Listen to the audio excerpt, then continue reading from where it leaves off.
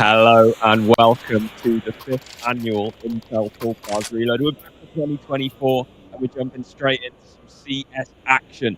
As 8 teams compete for a share of $24,000. And then next jump on the taking you through this tournament, starting with ONYX Ravens for PCIFIC Esports. Yeah, quarterfinal. Both of these two teams qualifying for this event. PCIFIC Esports coming from the Turkish qualifier. ONYX Ravens from the last chance. We're already one round in. PCIFIC Esports having taken the pistol. It'll be ONYX Ravens now forcing on this second round. MP9s, Deagle, and a 5-7. See what they can play here on Inferno. I believe this is the map pick of PCIFIC Esports, and it's a map which ONYX Ravens haven't actually played on HLTV at all in the last 6 months. So we'll see. Always a bit of a scary one. Yeah, it's always a scary one, but at the end of the day, ONYX Ravens do have some decent firepower on their side. The likes of Sixer, a player who, yes, some of you may have heard of him, but he's a player who was in, I think, somewhere in the top 20 on HLTV players in 2012. So he's an ancient player, not just in terms of his age, but in terms of his experience. So he's got a wealth of that years ago to challenge PCIFIC Esports. Yeah, that's over a decade ago. Wow. Yeah, PCIFIC Esports themselves have a couple of stand-ins. Swerzian and Susha are standing in because they're two main players, Lugson and Skollen, both at ISF at the moment, competing for their national teams. Takes up in front of the smoke. On the shot onto Ents, who goes through alone. He doesn't even get much information for that play. In the meantime, J-Rezi takes down Pokemon. Lee Troy getting a bit hectic with a Mag 7. Long range manages to land a shot. J-Rezi comes in, traded out. Susha finds a frag as well. Tyke is going to leave Susha alone, though, in this 1 versus 2. Bomb is down. 6 are spotted. Both of them coming in together on long as well, grouping, but even still, he's going to isolate 2 1v1s, headshots on the both of them, in a second round for PCIFIC Esports by the skin of their teeth. Quite literally the skin of their teeth. That's a scrappy round again. Just a reminder, PCIFIC Esports, an advanced level team. Even if they've got two stand-ins coming in, they've got a positive record in the ESEA Advanced. You'd expect a little bit of a more cohesive anti-eco there than just sending one player in through a smoke with a Mac 10 on towards B, and then some very scrappy fights up towards A, lacking a lot of trade potential, but getting that win does break the bank for ONYX Ravens. We'll put the CT side on just pistols. We're going to be seeing 3 Deagles and a P250 invested, but one of those Deagles immediately removed. Pokemon downed by CeX, young Turkish talent. Accelerating with this Mac 10, looking to scout this B bomb site out. Already found one, looking to find some more. We'll be making light work of these players on the B site, leaving Letroy. And a 1 versus 4. Dancing around the new box. They're easy, we'll finish them off. 3-0 start. Yeah, it's been a little bit... What's the word? It's not been as clean as perhaps you'd like, but that round certainly was at least a little bit of a recovery. Yeah, this is scrappy Counter-Strike, and honestly, it far, can lead to lots of entertaining moments. So I'm quite excited to see if this style of Counter-Strike does keep up. It can also lead to some disappointing moments. That's the caveat, right? You get these scrappy highlights that can come through because of the sloppiness of other teams, but also some rounds which should just straight up be won, lost. Yeah, absolutely. But we should hopefully see both teams tighten up their game as this tournament moves along, as this best of 3 at the very least moves along. First gun round, PCIFIC Esports. Bit of presence over towards Banana. Now they're going to be creeping their way up in towards middle. ONYX Ravens already with an AWP up on Sorry. Posted. Here towards short, it's a 2-man stack. Utility will come through, a flash and a smoke, missed shot. Ems will find the opening. Oh, not again. Second missed shot as well. Sorry's being pressured and Ents finds another. Letroy now needs to try and hold off 4 attackers from the pit. He's not been detected, but a whiff means he only gets 1. There's potential for a couple there. There was potential for him to go huge. They weren't looking at him, but as it stands, PCIFIC Esports 2-man advantage. ONYX Ravens going to save. Yeah, lackluster site hold. You've got 3 players stacked up on that site, 2 towards short, 1 even in towards pit, who's in a great spot to pivot if a short push comes through. You get, what, 1 kill? And it's not even the first 2. The first 2 engagements go the T's ways. They just walk up towards short. Missed AWP shot. The first rifler goes down for free. Second missed AWP shot. The AWP punish, leaving the player in pit. Yeah, it's a weird setup, right? Like, you've got a player on the top of the roof. You've got your AWP just pinning on boiler. As soon as that player on the roof gets flashed off, they're toast. Yeah. Typically, you'd have a second player underneath playing anti-flash, so when that flash comes in, at least one person's going to be able to see and start shooting. Not quite sure what the plan was with that one. Yeah, look at that. Hey, you said it spot on. The flash comes through, and then the player on the top of the boost completely isolated. It's like you've got a setup in theory that you've got multiple players on short, but the setup in reality isn't greater than the sum of its parts. It's literally just 2 players, just in the same spot. There's nothing more. There's no extra layer to it with a bait and switch, with one being anti-flash and so on and so forth. There's very little trade potential brought in with that setup. But ONYX Ravens will be investing here onto round number 5. Susha with your already beats up, opening pick through the mid smoke. And lots of map control on the hands of Pacific Esports. Yeah. Looks like ONYX Ravens are searching a little bit through the balcony, and they've taken a bit of info back on top banana, but they're not wanting to hang around here. They've got this advanced position in the apartments. Lee Troy could be in trouble here if he gets caught between positions. Ends is starting to clear.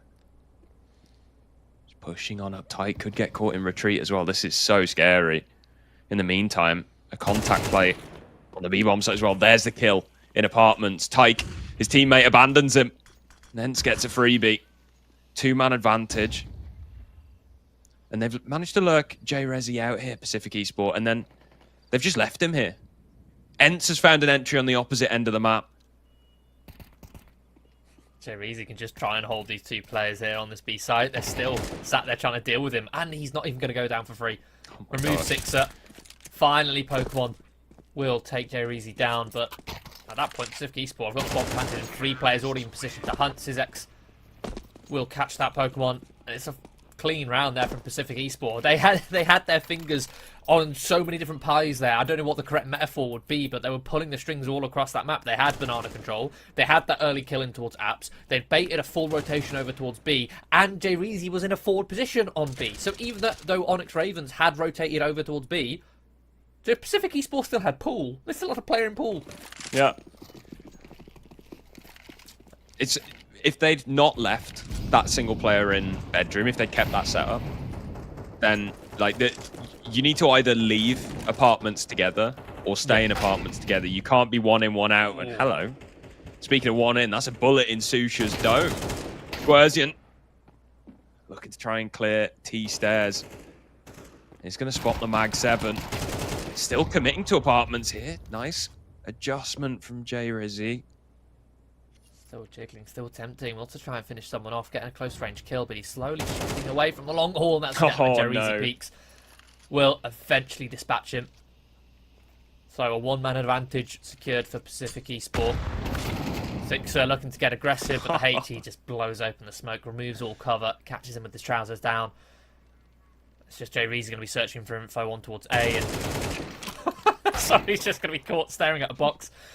J-Rezi will get the information on the last player. Pacific Esports should safely be able to accelerate towards towards B, and get this bomb planted. Yeah, there's not a lot for Pokemon to do here. That said, the bomb is alone on this B bomb site being planted. Yeah. So does have a 1v1.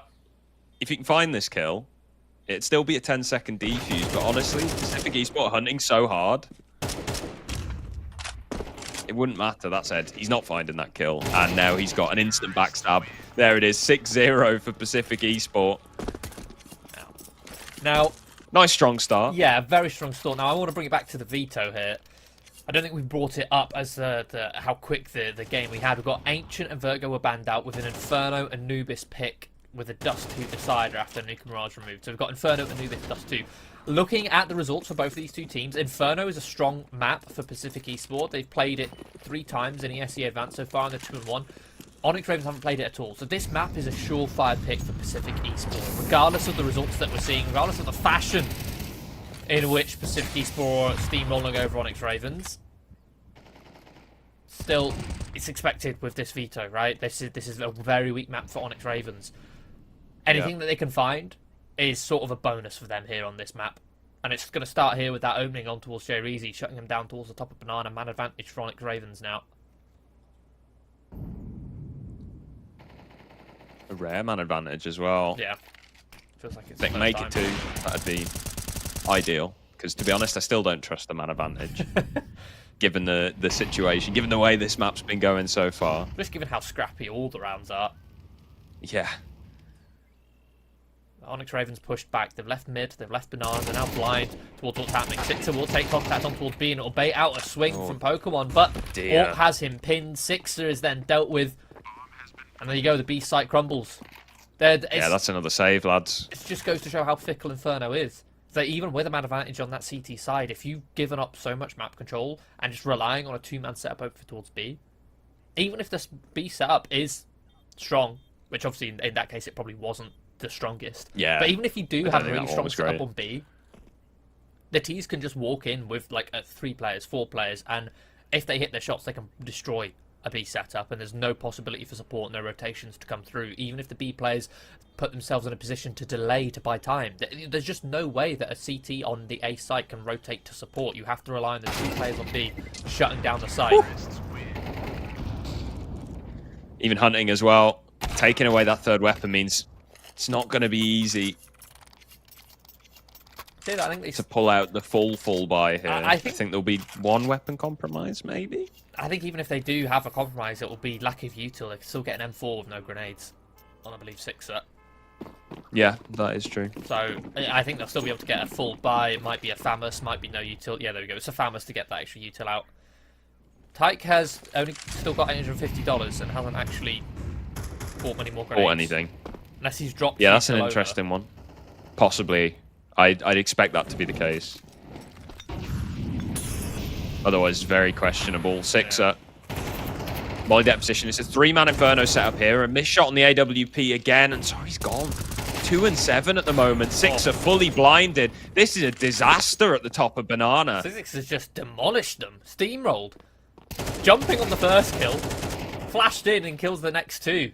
And ONYX Ravens have a full minute 12 to try and save, and it's not going to be successful. They're hunted down. It's a full-on default by PCIFIC Esports, and they take the B site, meaning that the 2 players defaulting towards A can still deny the save from ONYX Ravens.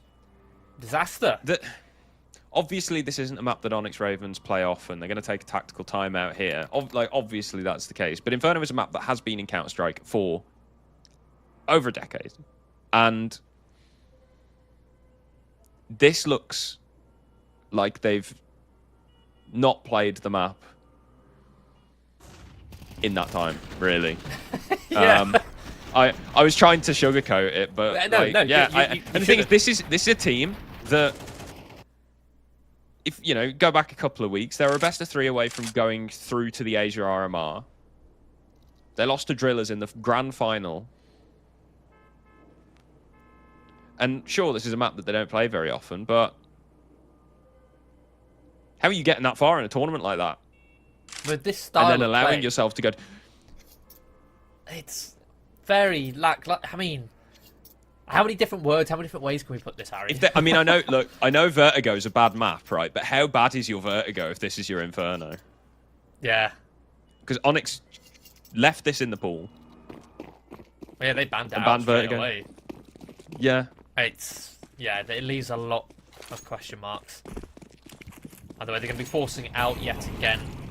No Orc, but 2 Famouses on compromise. Very weak utility.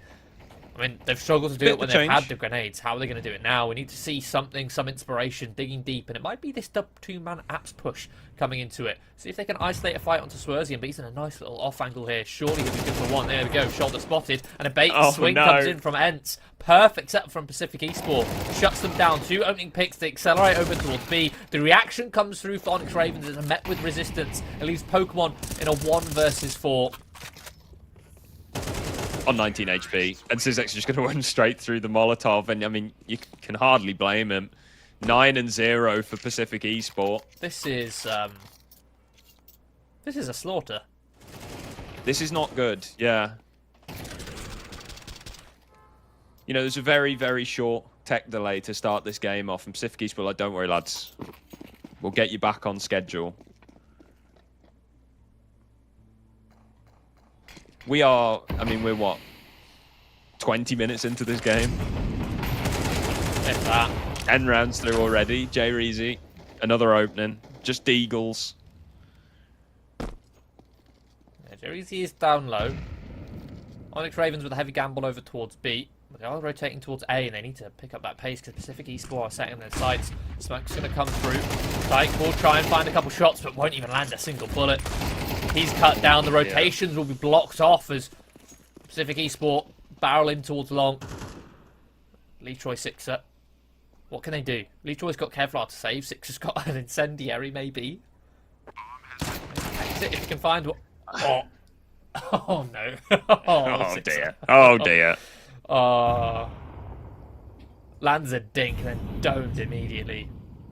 A bittersweet taste in his mouth after that one. Bittersweet taste of lead. I think if you're ONYX here, right, you're just looking to get this done at this point, I think, and have a reset on the next. Yeah. You need to just like during the gap between the maps, just be like, look, lads, all right, we have just got absolutely bodied. That's fine. We'll move on. How can you move on from a violation, though, Harry? This isn't just a body. This is violation. It's not just that it's 10-0. It's the fashion that these rounds have been going. Every single one of them. Whew. Even the fights have been that one-sided. Like every single... ONYX Ravens can't find any piece of success. Shout out production. I love a zoomed-in replay. That's sick. Lovely stuff. Finally, an investment for ONYX Ravens. I say finally. They've already had a couple. Yeah, they've had a few. They've had a few. It's not helped him. But they've got another chance, another opportunity. It's going to be a three-man lean over towards the top of B. Utility traded back and forth, and just a dry swing from Pokemon. Quickly traded by CeX. 4v4. I mean, it's one way of getting an opening. The issue is Six has taken loads of damage as well. So it's not even a clean 1-for-1. Even then, it'd still probably favour the T's. Oh, for sure. For sure. The 4 versus 4 favours the T's, no doubt. The CTs have one less player to defend the same amount of ground. They have to gamble, leave Sorry on his own towards B so they can bolster this A setup with 3 players.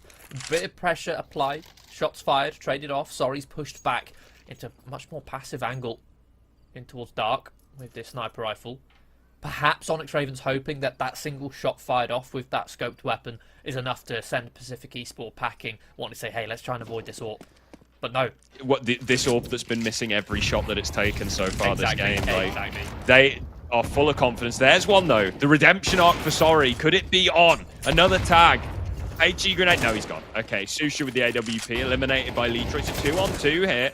Swing comes in. Good flash. Letroy finds another. Ent in the 1 versus 1, but he's going to win it. Of course he is. 2 headshots. Clutches it out. Just as ONYX Ravens get a sliver of hope.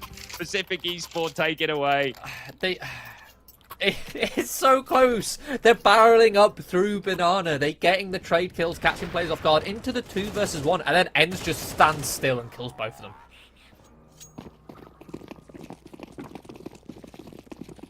Oh, goodness gracious me. Final round of regulation, or at least the first half, should I say. Could be the final round, to be honest. Susha, CeX cut down the 2 players aggressing. Desperation coming out from ONYX as they go aggressive in towards middle, and all 3 players decimated, leaving the 2 players on towards B. Confirmation of their location with those shots fired by Sixer. I mean, Sixer's even picked up the AWP there. I've just even noticed that. Sorry wasn't wielding it. It was Sixer. Sixer used to be an AWPer back in the day. But it's got to the point where he said, look, sorry. I'm sorry. But I'm taking the rifle. Rolling back the years. Even then, no success. The rest of his teammates died before he could get involved in the action. He's Letroy in a 1 versus 5 to stop a flawless T side from Pacific Esport. I mean, it would be a monumental clutch, but of course it is not going to happen. It is going to be a 12-0 half for Pacific Esport. Yeah. So, I mean, what more is pistol there round, to say, man? Pistol round. You know, look, this is a Pacific Esport just aren't. I mean, ONYX Ravens aren't winning any duels. They're not getting a foot in whatsoever. This is a decimation. Can they switch it up now on towards their T side? They're the ones deciding the fights. They're going to be accelerating, sprinting in towards mid, but there's a stack here. Oh, there is Stan. It's an absolute blender. Oh, it's absolute carnage, Detroit. Never mind. He's gone. He's gone. It's a 13-0 to kick off the, to kick off the tournament here. What do you say about that? Other than, you know, do you want to check their network connections? Are they actually on the server? Have they got the monitors is the computer on? Monitor? Is it on? Mouse connected? Keyboard? Has it got the keycaps on? You know, that was literally they didn't show up. ONYX Ravens, they weren't winning any fights. Everything they did just went wrong. Every single setup failed. Not winning a single fight. It was just decimation. Pacific Esports rolled over them. Hopefully, ONYX Ravens will be able to put up a fight in the next map, Harry. Yeah, Anubis is up next, and that is ONYX Ravens map pick. So we'll see if they can have a little bit of a mental reset during the break. We'll see you in a few.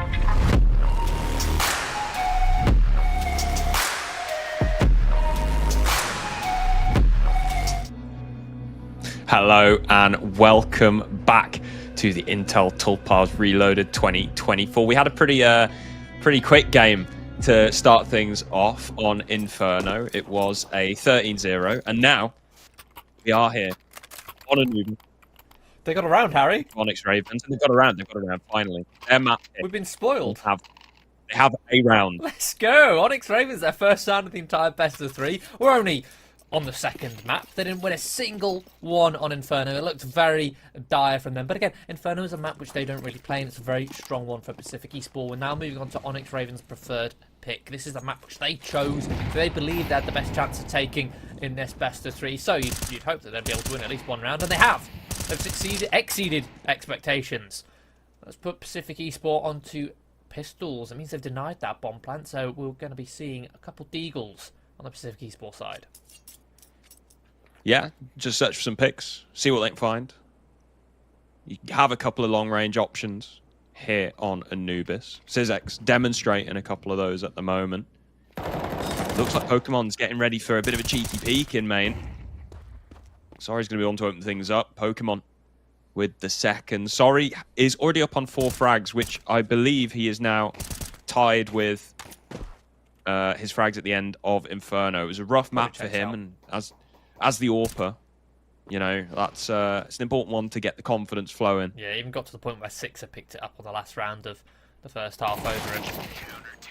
Yeah, never great for your confidence that when you've got a player coming in and being like, yeah, I AWP now. Look at me. Yeah, I am the AWPer now. It's my time.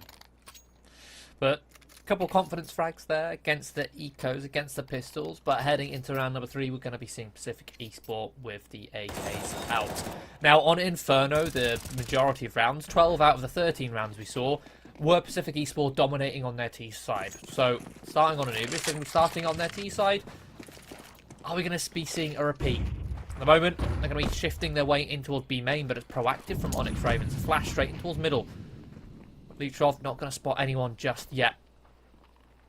Esports smokes out of B main. Prevented, deterred, pushed away from entering that site. After the aggression came in towards middle, they're going to look to recover ground, make sure that ONYX Ravens can't flank behind them. There's a lot of utility burnt out from either side already. Pacific Esports working with just one smoke, a HE and a flash. ONYX Ravens. 3 incendiaries still, but 1 smoke as far as blocking utility is concerned. Yeah, this is going to have to be one hell of a flash to get them out onto this bomb site. We'll see what they can do. CeX. No, it gets the information of the player on pillar, able to dispatch. That's a man advantage. And the defense starting to crumble now. Pokemon left on an island around the pillar, trying to hold and hold strong. He will for at least 1. Kills come through. It's trades back and forth. Ultimately, the dust settles and it's tight in a 1 versus 3. Pacific Esports have the site and the bomb is planted.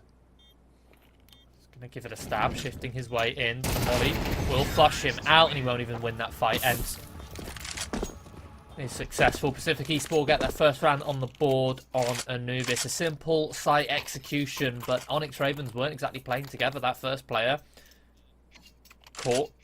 I think it was both. Oh, it was Letroy. There you go. Completely caught just in that pillar. There's no way for a teammate to trade him there at all. Every single fight ONYX Ravens took wasn't taken as a team. And that's broken their bank already. Just 1 round loss and they're on pistols again. Yeah, that's rough. Tight going to go for an opening, but meets 4 T players. Nice shot from Pokemon, but quickly dispatched of by Pacific Esports. Almost certain to tie up the scoreline here. The flank is being covered as well. And Letroy, he's gone as well. Just a USP. 2-2.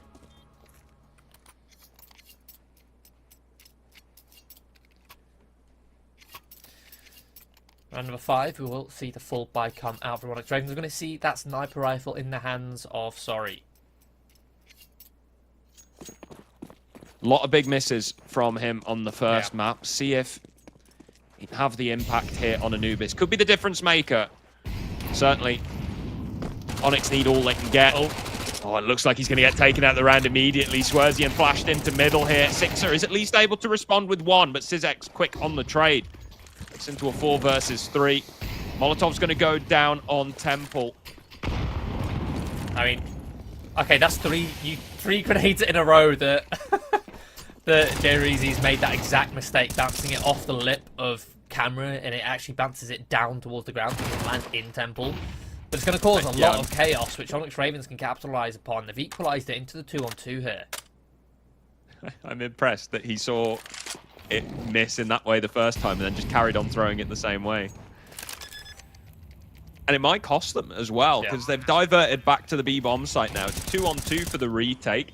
Miss shot out of Susha, and he's eliminated out of the round completely. Ents now left to clutch up 1v2, and look, he pulled off a fair few of these in the first map. Can he do it again? First kill found in a second. Onto Pokemon, there it is. How many 1v2s have we seen ONYX Ravens lose? That's absurd. And Pacific Esports even gave them the opportunity to weigh into it by putting it into that 1 versus 2 by the amount of misutil from J-Reezy. I still can't believe that it goes through his head. He throws the Molotov, sees that it misses because it hits some clipping on the camera, which causes it to bounce down, and then throws the next 2 pieces of utility in the exact same spot. It's impressive. It is impressive. It is impressive. But regardless, Ents pulls him out. Another 1 versus 2. Another engagement, another clutch scenario where ONYX Ravens failed to trade. Does mean Pacific Esports take the lead, and they're going to be taking a tactical timeout. Yeah, this is, I believe, a tech, this one. But just as quickly as it's been pointed out, it's been resolved, so we can get straight back into it. Nice and quickly. Plug the keyboard back in, or the mouse. You know, maybe that's why those smokes missed, and the Molotov and the HE grenade. Maybe that's why. I can't believe he made the same mistake 3 times. It's great. I love it. In quick succession. ONYX Ravens are on pistols here, so shouldn't be too much going on. Nice shot from Susha. Crack angle in mid. Yeah, opening kill. Pacific Esports so far have been abusing that B-bomb site. Now they're starting to set their sights towards A. Some good flashes. Letroy actually shoots his own teammate thinking Sixer. No way! Come on, ONYX Ravens, come on. Come on. Oh no, guys, please. The util comes through from Pacific Esports, executing the A site. Letroy fully blinded in camera. And then when he gets unblinded, sees Sixer, panics and shoots him. Oh, fighting his demons. He thinks everyone's an op. Oh, the schizophrenia there. Either way, round number 7, 5 versus 5. Or out for Sushin again. He wins that duel. Sixer removed. Did Sixer have a sniper rifle in play there? Pretty sure he did. Yeah, he had the AWP. Sorry is on the M4. I don't know whether that was spawn based. Sorry does look like he's trying to pick up the gun in mid. In the meantime, Letroy has taken down J-Reezy. Letroy is worried about camera. He shouldn't be. He's got a teammate there. Apparently Sixer's not there to scare him this time. Pokemon's found a pick onto Swerzian, so we do have a man advantage for the ONYX Ravens here. They're going to go for the doubles. Oh, God. Oh, no. Oh, they were trying to be proactive with their defense, get a bit of information, go for the double swing in cave, but they obviously didn't figure out who was going for the wide swing and who was going for the shallow swing, because they both went wide, lined up, and that's a free 2K for CeX. Now there's a man disadvantage for ONYX Ravens. The bomb's planted on the B-bomb site, and it's a retake scenario, and there isn't even a defuse kit. There's no kit. Very weak utility. It's only on Letroy, and he's not in a great position to use it anyway. And both these ONYX Raven players are attacking from 2 separate points. This is going to be a save. It has to be. They've just fumbled that round so hard with a proactive play towards B, as you mentioned. They both wide swing. If you're going for a proactive play, which I don't hate, by the way, a nice proactive move. Make it unpredictable, especially on a map like Anubis. You kind of need to be much more dynamic on that side. They even go with a flash peek, a Bonder flash, where you bounce it off the wall, forces CeX to turn. But one, they peek late off of the flash. You're supposed to peek with the flash. That's the whole point of the Bonder flash. It means that the Ts have to turn.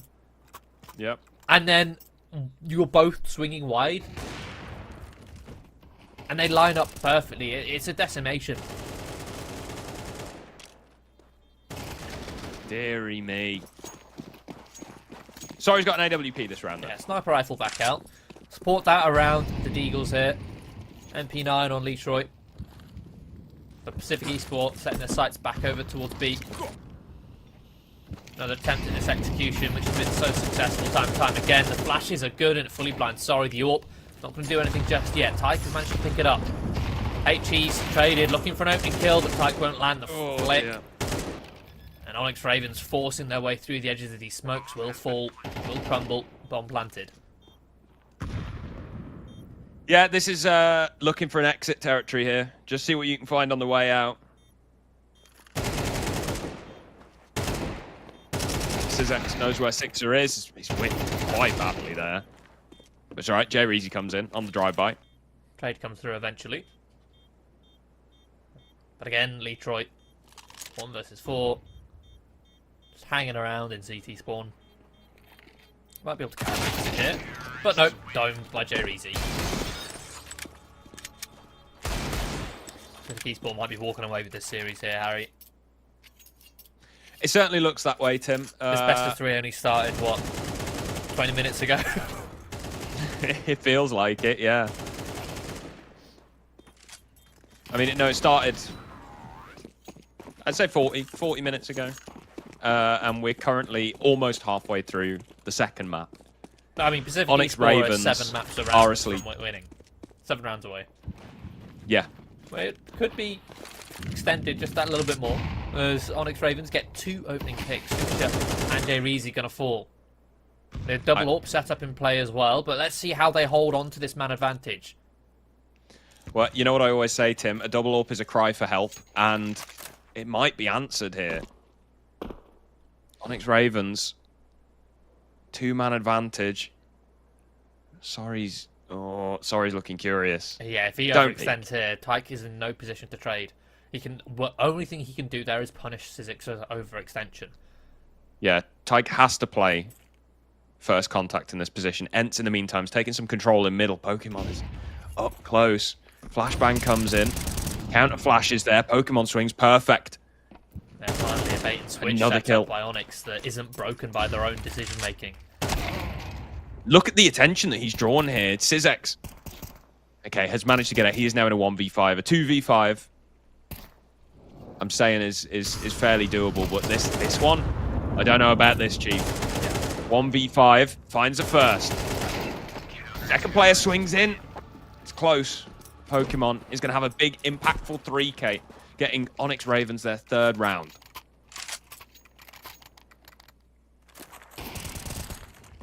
Third round of the series as well.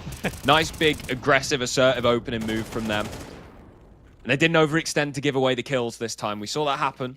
Yeah, no, they calmly collected their thoughts, collected their positioning, put themselves into a nice, strong setup, which wasn't over-committed in any way, shape, or form. Didn't give Pacific Esports a way back in. Still remaining this double AWP setup. 1-for-1 trade as Ents going to find one in towards the water. But Pokemon can't escape. He couldn't get back out of the cave. So he will go down, and it gives Pacific Esports that man advantage. A bit of a overextension there from the ONYX Ravens. Ooh, nice kill from Sorry. An important kill at that. Losing that would have been, well, round would have steamrolled in the way, snowballed into the way of Pacific Esports. But 3 versus 3. Still, a minute on the clock. Pacific going to slow things down. Grouping for what looks to be a bit of a B split here. Sorry is going to go for a peek in cave. Is he committing to this? Oh, he is. He's going the full way straight into Susha's scope. Who's going to take first? It is going to be Sorry. A big kill for him to find. Still clearing out the canals. Pivots back around. Oh. Lovely headshot. Into the 2-on-2. Bomb can now be planted. These 2 remaining ONYX Ravens players scrambling to rotate through CT spawn. Still an AWP on the retake, though. They do have kits, and they do have 1 flash to try and set one another up.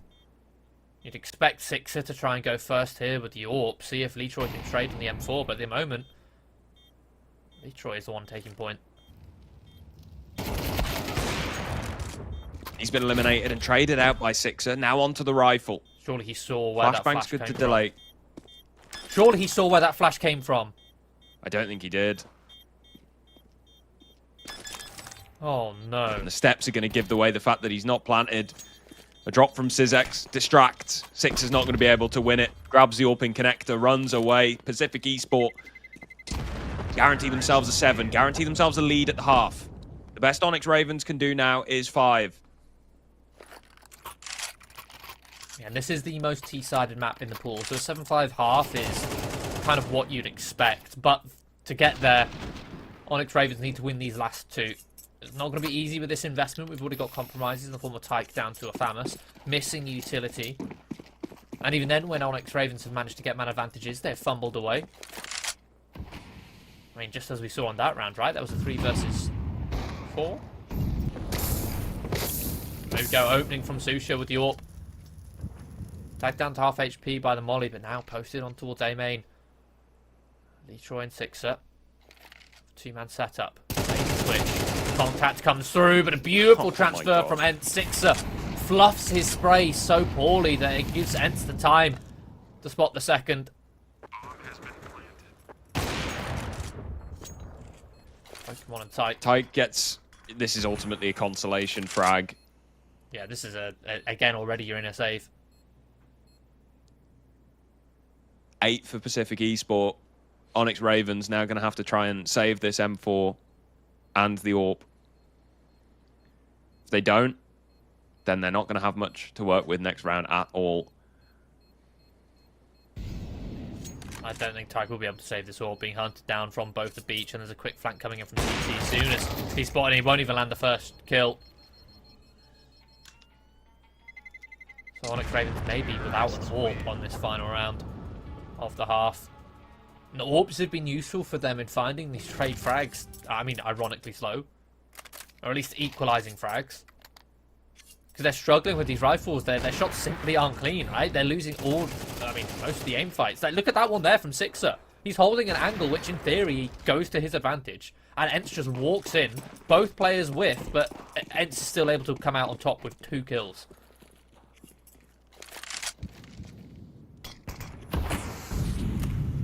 Last round of the half. It's the T-side double up now.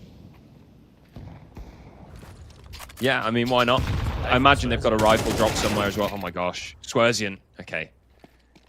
Very gutsy play. Yeah, and does get punished for it. Sixer swings out in middle. J-Rizzy's going to take him down. 4v4. And they're going straight through the smoke in middle. Full confidence.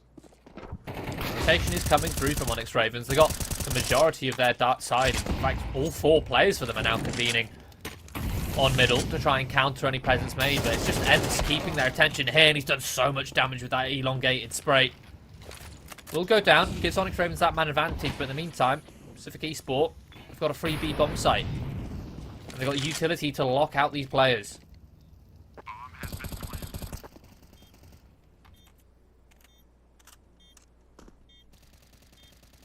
See if they can hold on to this bomb site. Susha behind the obelisk. Gets his head ripped off by Tyke. Now only 2 players remain. And now it's just CeX alone with the AWP. There should be an immediate trade, and there it is. ONYX Ravens will at least make it 4 at the half. But they've still got a big hole to dig themselves out of here. Yeah, I don't think 4 is enough to inspire them more confidence, or at least an ounce of confidence off of the back of that 13-0 loss on Inferno. 5, they perhaps would have been like, yeah, no, this map is still competitive. At the moment, right now, it will certainly feel like they're down in the dumps. A pistol round and a pistol round conversion would be nice.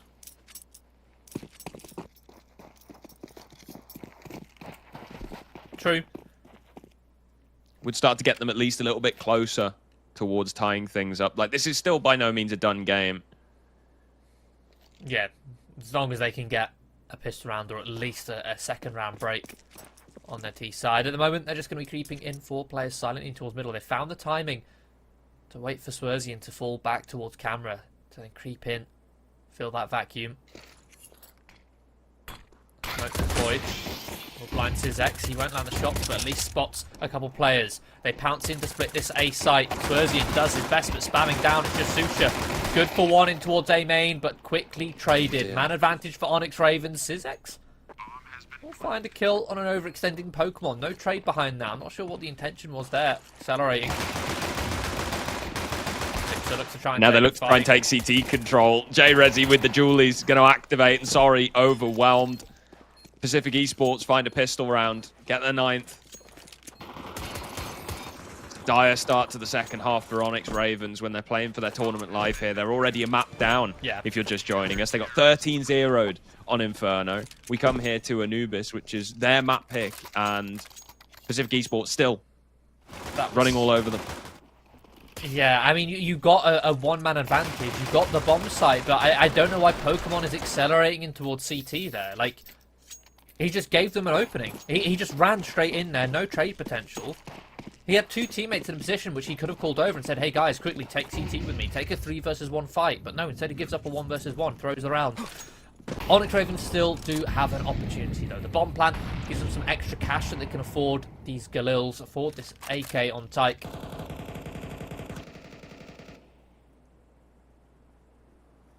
See if they can use these up against the M4s and find a second round break.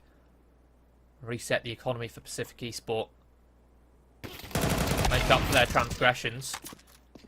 But a little bit of a contact towards B main, and there's 2 players lying in wait. A little bit of a firing squad.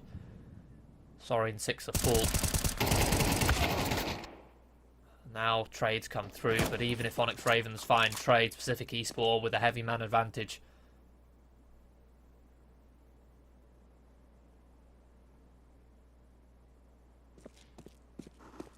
Bomb not even in their control. It's dropped towards B main. He's getting aggressive. Here's the steps from Letroy, but low HP will finish him off. Yeah, it's going to take a little bit of time to clear out here. Swerzian caught reloading. Completely asleep at the wheel. This is starting to crumble a little bit for Pacific Esport. A bit complacent. CeX is aware of the possibility of the flank at least. He's holding for the push and does land the kill.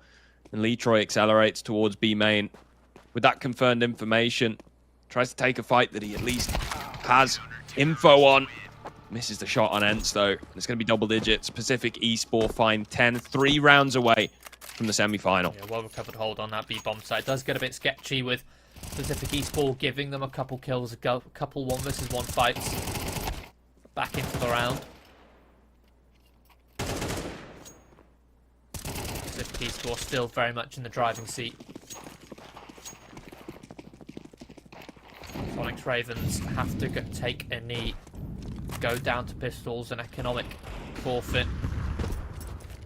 Not so much of a forfeit if Tyke can hit deagle shots like that, taking down J-Rezi, punishing that aggression. Man advantage, weapon, not retrievable. I can't find that rifle upgrade.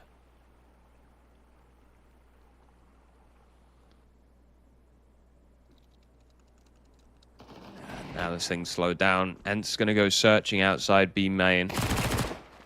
These mid players starting to be locked in, circling. Susha dispatches of 2 with the MP9. Now the backstab can activate. Ents gets his. Letroy and sorry.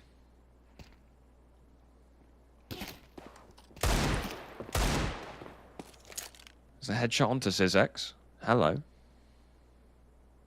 Going to take a couple more of those though, especially with the unorthodox angles being fought by Pacific Esport. A nice bait and switch, and we'll get one overextension from Susha as he breaks setup. Finished by the Tech 9. Sorry on low HP will get finished off and the triple kill for him, putting him up to 17. Getting Pacific Esport 1 step closer to victory.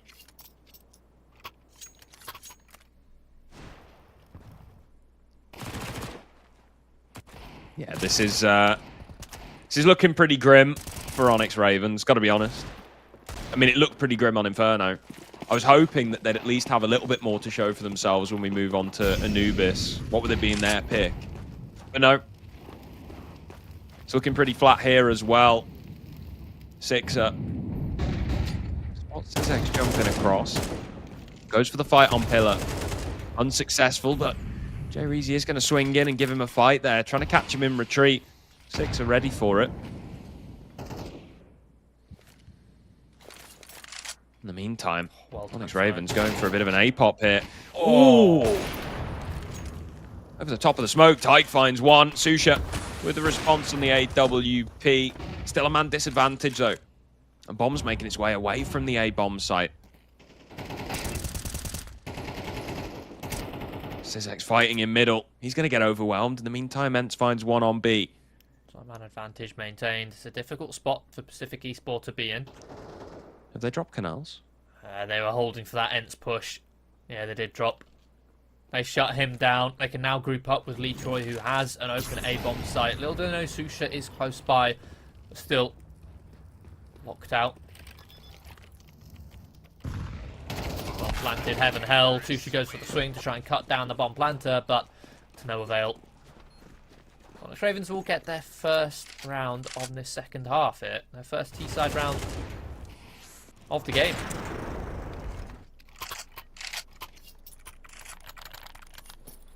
Now, Pacific Esports have a heavy lead, 6-round lead. Yet they're going to be going for a force buy here. They did have enough cash to eco and buy in the next, I think.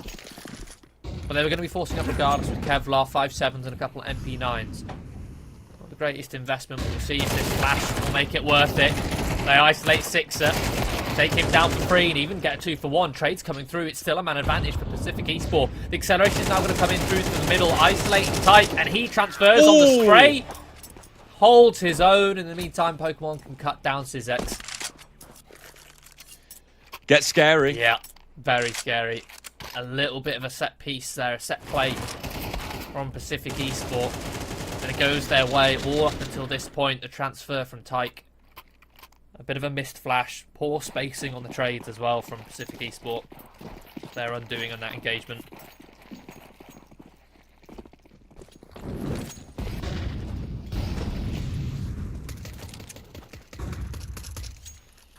We have full eco now for Pacific Esports. USPs, Deagle on Swerzian.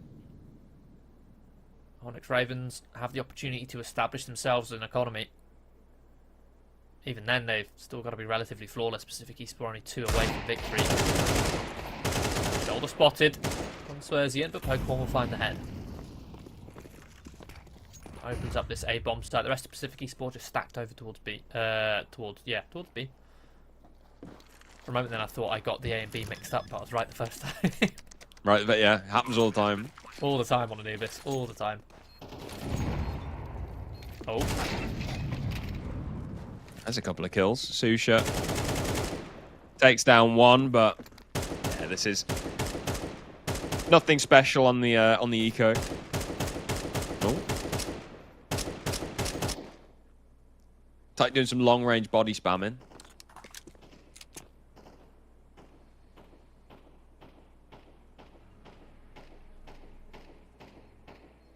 Warming up, you know. Maybe you should have done that before Inferno. Yeah. But if they come back here, all could be forgiven. If. That's a massive if. I mean, they are closing down that distance. It was 6 rounds apart. Now, only 4.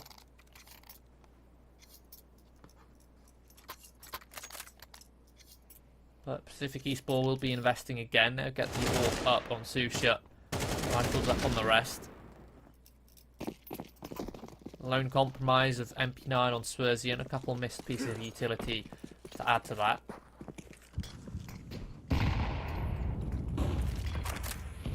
A lot of utility thrown from the T's to blind the B-bomb site. Smoke towards B main, smoke towards connect. 7 only smoking towards middle is blown apart.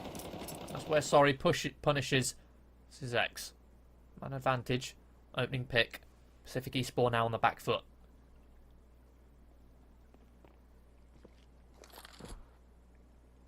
Can they claw it back? ONYX finally going to show us what they're made of here. Bit of damage exchanged in connect to Swerzian's going to be tested here, and he's only good for 99%. Double swinging connector's good. Susha up close, lands an absolute belter. He even got a USP kill as well. 2 kills from Susha and a beautiful reaction off of that contact. from Pacific Esports to get 2 in towards Connector. 2 versus 2. HP low on either side, on both Sorry and Ents. A little bit of a longer rotation. Steps may have been heard by CeX. He's got a very forward position. Sorry can pin them in towards camera, but another missed shot from him on the AWP. Might set up CeXer in this off angle. There you go, he'll be good for 1. Very easy. Might be incentivized to save, but no, he's going to accelerate, knowing the position of these 2 players, but won't allow Sorry to miss a second shot. Ravens do successfully get their way up to an 8. And a tactical timeout, I think well timed, because it's looking a little bit scary for Pacific Esports from having such a commanding grip of this game. ONYX Ravens are starting to find a way back in. They're starting to worm their way in through the cracks. Tactical timeout.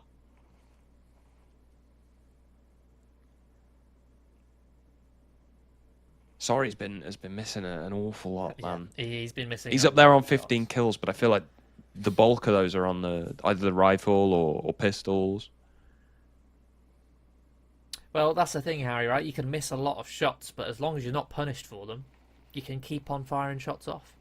Eventually, you'll land a couple. You'd hope. Yeah, well, yeah, you'd hope. I mean, that wasn't the case on Inferno, not whatsoever.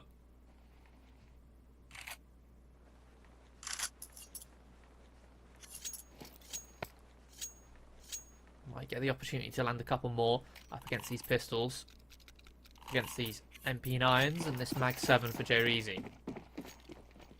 Swerzian has bought quite a lot. He's down to $800. Yes, they've got a 4-round loss bonus, but unless he gets at least a kill on this MP9, he won't be able to get a full buy next round.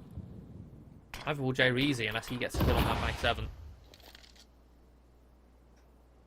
Yeah, it's a bit of a weird buy, this one. I'm not a fan. Yeah, it just makes me uncomfortable. But look, I mean, maybe they'll make it work. I mean, yeah, we'll have to see. I mean, hopefully for their sake, they'll make ONYX Ravens uncomfortable. They may come into this one expecting pistols, especially with a couple shots fired off by CeX. Might make them complacent. Not anticipate MP9s or even a Mag 7. Default util thrown towards A main, take control. Same over towards middle and connector from ONYX Ravens, but it's all speculative. A main is the real target, the real end goal. Pacific Esports should figure this out with a deep push from Ents over towards B main. HE pops the smoke. Oh, flash is dodged though. Letroy finds a freebie, and with that, ONYX Ravens, Scarpa, they head out. Ents engages, finds one, does damage on a second as well. It slows them down a little bit. Now Swerzian can get into position, hiding on the A site, as can this Mag 7. Rattles off one shot. Swerzian finds a kill. This is starting to fall apart. ONYX, how are you finding your way out of this one? Well, a headshot from Pokemon should do it. Swerzian, quick response. Sorry, swings in with the P250. Make it 9 for ONYX Ravens. It's so scrappy. I mean, for starters, you've got the flash from Pacific Esports over towards A main. Awful flash. Terrible flash. Only blinds one player. The P250 does absolutely nothing. But then ONYX Ravens make a panic rotation over towards B. A rotation that the Pacific Esports beat. It's only thanks to a couple missed sprays on the MP9s. ONYX Ravens stay afloat. But now, with Pacific Esports having full weapons, AWPs, they're not going to be missing shots like that. Susha gets one. It is traded by Sorry's AWP. Utility deployed by Ents, and it fully isolates Letroy. That's the bomb spotted, deployed him towards the site. Fortunately, Pokemon coming in late towards connector will trade. Put it into the 3-on-3. The bomb now about to be planted. Swerzian accelerates around on towards the plat. Pokemon looks to punish. Ooh. Nobody's hitting anything in this cubby.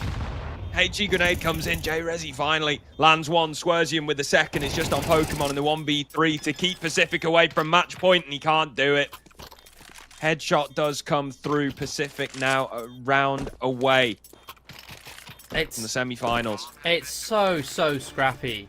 Like, you're setting yourself up for a B-site hit. You get a 1-for-1 trade on the AWPer who's going for a pick, and then you have one player here, this fight here, Letroy, accelerating in towards the site. No one else follows. And yes, some of you might notice, oh, there was a molly dropped, they couldn't follow. Yeah, because they were delayed. If they had followed with him in the first place, they would have been with him in front of that Molotov. Instead, they were allowed to be isolated because of the spacing between them. You had one player with the AWP posting, the other person throwing utility, only one person actually entering in the first place. Gets so scrappy. Then once it's onto the 3-on-3, the post plant, for ONYX Ravens, they allow Pacific Esports all the way up into towards the site, and they can't deal with Swerzian in dark.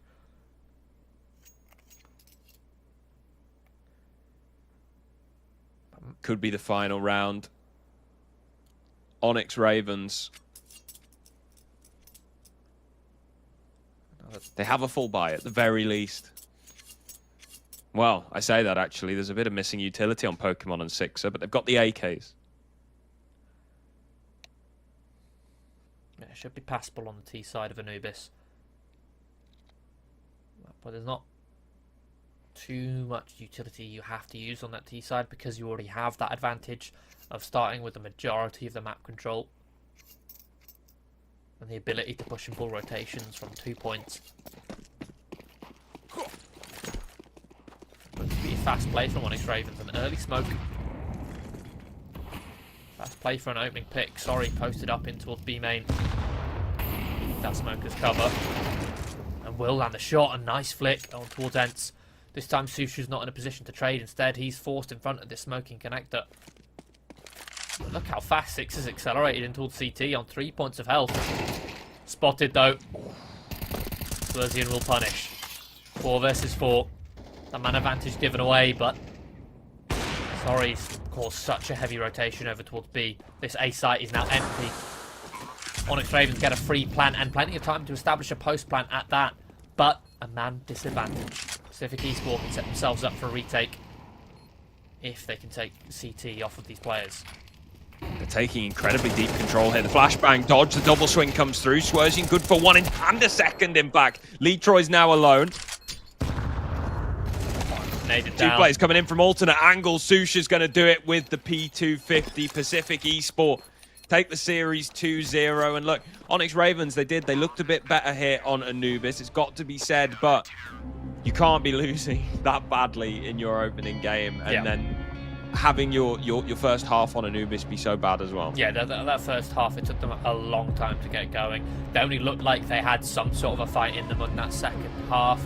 And even then, it was scrappy. There was poor rotations, very poor trading coming into it, and only a couple mistakes being made by Pacific Esports, which allowed ONYX Ravens to get into that map. But regardless, they're out now. This is a single elimination playoff bracket. They're gone. ONYX Ravens out of the tournament. Yeah, and considering, you know, not too long ago, they were in the grand final of the RMR closed qualifier. Yeah. You know, you probably think like, look, you know, we could have been at the RMR if it weren't for the fact that drillers were sort of there. And then to get bodied this early on in a tournament, you know, immediately following that, you gotta be kind of upset with that one, to be honest. Yeah, not a great showing from them. Pacific looked good on Inferno. Yeah. I mean, obviously, I mean, their opponents because their opponents looked bad. Good. Yeah, but no, they did look good, and I think that's something they can take on for the rest of the tournament. But we've got one more best of 3 today. It's going to be Endpoint versus Reveal coming up after the break. Heroes. They're made of actions. They know how to win. They're out of this world. You know them. Be one today. Get serious. Be the story to be told. All you need is dedication, perfection, precision, a winning attitude. Become one with your duo and embrace the monster in you. Tulpars for serious.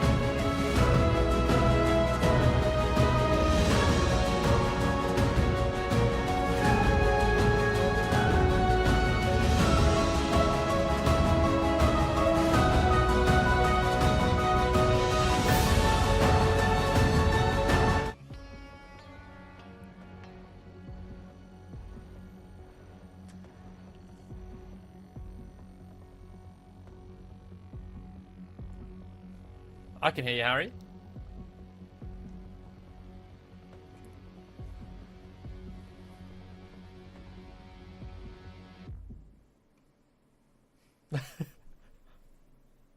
Oh, apparently they still can't hear you, Harry. So I'm gonna have to take over whilst you fix that, Mike. Yeah, we're back into the Intel Tulpars Reloaded 2024. We just saw an absolutely one-sided affair, Pacific Esports demolishing ONYX Ravens, and now we're going to be heading into the next quarter-final game of Endpoint versus Reveal. Harry, you're back. Yeah, you know, just like in that first game, ONYX didn't really show up. My mic decided to have a break after that one, but look, it's fine. It's fine. We're back. Endpoint, a team that, of course, me and you are both quite familiar with. We've casted a lot of their games over the years. And when we saw the veto come in for this one, it was a little bit surprising because we've ended up on a fair few maps that Endpoint like to play on. And there's quite a disparity between these two teams as well, in that Endpoint are advanced, you know, an ESEA advanced level team. Top they're 100 competing HLTV. top, exactly. Yeah, very, very high advanced. Whereas Reveal, they're a main team. They've been a main team for the last 5 seasons at least. They've had decent results. They've generally been getting close to, if not into playoffs every.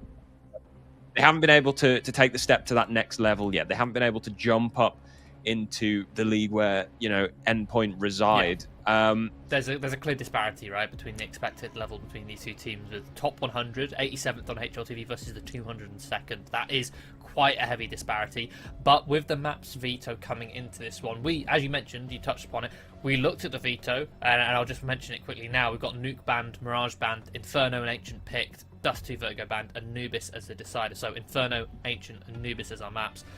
Those are very good maps for Endpoint. Those are comfortable maps for them. When they first came together with this roster, adding Sayo on Crucial, it was just Mirage and Ancient that they played non-stop. Ancient, while they played it a lot, and they still do play a lot, their win rate isn't amazing on it, but then they started to pick up Inferno, they started to pick up Anubis quite well, so these are some very strong maps for them, whereas we look over at Reveal, and they just seem to be one-hit wonders with Ancient. Yeah, they do. I mean, they play... I think they played 4 times in the last season. They've won all 4, to be fair, but again, this is against main level competition.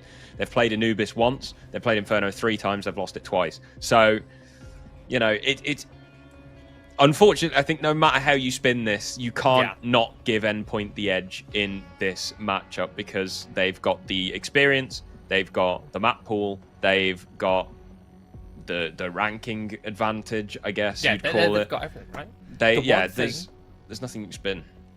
The one thing that I will say that Reveal do have is Ascan, the primary AWPer for their side, currently posting a 1.31 rating on HLTV, head and shoulders above his teammates. I think I've casted him before, but that would have been like a year ago. And even then, I remember I was impressed from him. I was literally just doing my research for this event, and I just saw the name Ascan. I was like, it suddenly all came flooding back to me that he's a very skilled player, very impactful. And on top of that, you look at his ratings on HLTV. He's got like a 95 out of 100 sniping rating on HLTV, so he's gonna be a danger weapon. And on top of that, you add to the stats looking at Reveal, their round win percentage on HLTV after getting the first kill is very high, especially on Ancient, up at 95%. The difference is their round win percentage after receiving the first death is quite low, meaning that they need to get openings, and openings are often decided by that AWP. So if Ascan can get involved, or if Endpoint can shut down Ascan, we could see pretty much that deciding the outcome of any round we head into here on Inferno. What do? It's going to be Reveal starting on the CT side. A bit of banana control early on. Flashbang pushing Ascan back. They retake the angle though. Second flash comes over, and now the commit from Sayo, but it's an immediate dink through the wood planks. Endpoint start to fight with numbers this time, and nobody's connecting anything at the moment until 2 kills fly in for Reveal. Zuu finds 1, but immediately traded out by Heian. Surreal with a nice headshot on the Glock. He is now alone in a 1 versus 3 as Mighty Max does fall, attempting to breach the threshold. Nice headshot onto Cleavers. He's now got a 1v1 on the bomb site, and one lion is low. Dink down. Smoke to block off vision in CT. Heian is still a long way away, rotating in through Banana. So Surreal's got plenty of time to work this one. Search all of the corners, and there it is. Goes for that plant. Planting for banana. And is coming up in that direction. Where does Surreal choose to go for the post plant here? New box. Looks to be the play. There is a kit here for Heian, so a bit of extra time, but it doesn't matter. Surreal's going to swing out. Double headshot. He's going to get 4 kills in the pistol round. The 1 versus 3 clutch. Endpoint. Start strong. Yeah, just a brawl there on banana, back and forth, trading players, throwing bodies at the problem. But as I mentioned in the pre-game, yes, Reveal have got Ascan, but Endpoint have 5 players who at any moment could show up. They're not just relying on one individual. They've got 5 who, yes, they might not be as consistent, but they're 5 players who do have that ceiling, who can show up, who can take over games. And Surreal, obviously, showing that it's his turn right now with that clutch scenario. Reveal will be going for a full eco, just USP stacking banana, a flash to come on in, but Sayot ready to farm. I say ready. He's shut down. Mighty Max overwhelmed as well. A beautiful wide swing from Spexy. 1-man advantage for Reveal, a couple Mac 10s to camp in retrieve. Surreal looking to farm. Good smoke. Keeps these CTs at bay. They even find an equalizing frag. Endpoint should be able to get their way on towards an empty A bomb site. Yeah, it was just the Mac 10s lost. So Endpoint increase the distance a little bit. Should still be able to close this one out, especially now bomb planted. No kit in play either. Go for some exits with the Mac 10s maybe. Try and cause a bit of damage to Endpoint. Farm a bit of cash yourself, or I mean keep the Mac 10s, I guess, and try and storm through banana. Close range angles on your CT side. Looks like they are just probing at the minute for exits. Endpoint going to save him. Pit is a deep plant. So damage here could be enough. Well held by Crucial. Oh, there we go. Bit of damage. Azuwu gone. Crucial surviving on just 1 HP. That's a lot of damage done from Reveal, considering what they were working with there at the start. Mostly just USPs. Now, they are going to be going for a second round half buy, what we call the Furia, where rather than going for that full investment on round number 3, you just get yourself some MP9s. They can guarantee an investment next round, but, I mean, they're still well within their rights to try and shut down Endpoint here with MP9s and a scout. Scan looking to go for that opening pick, and will land a tag onto Crucial.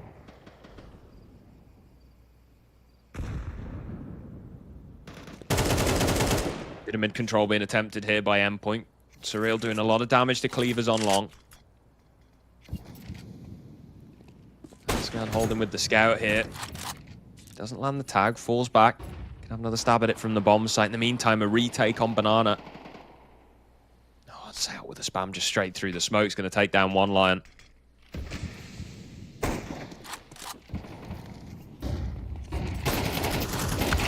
Scan. Won't land the shots. Hyam will at least punish Mighty Max overextending. But Endpoint accelerating on towards this side. There's only 2 players to try and defend. Make that just 1 is Crucial. Mops up Hyan with the HE. Spexy left in a 1 versus 4. Now these players are very low. MP9 could very easily finish them off, but there's no kit in play for Spexy. Now smoked off of mid. Should look to save his Kevlar. Maybe see if he can catch Sayot here and upgrade to a rifle. There we go. AK, Bosch. And there's another kill as well. Crucial eliminated. Yeah, I think Crucial just ran out of bullets. 1 more landing. Would have found the kill. Azu doesn't want to risk losing his life. He's going to say, look, Spexy, you can keep that AK. I want to try and survive. Prioritise my own economy over removing weapons from yours. Wiser decision. We'll find their 3rd.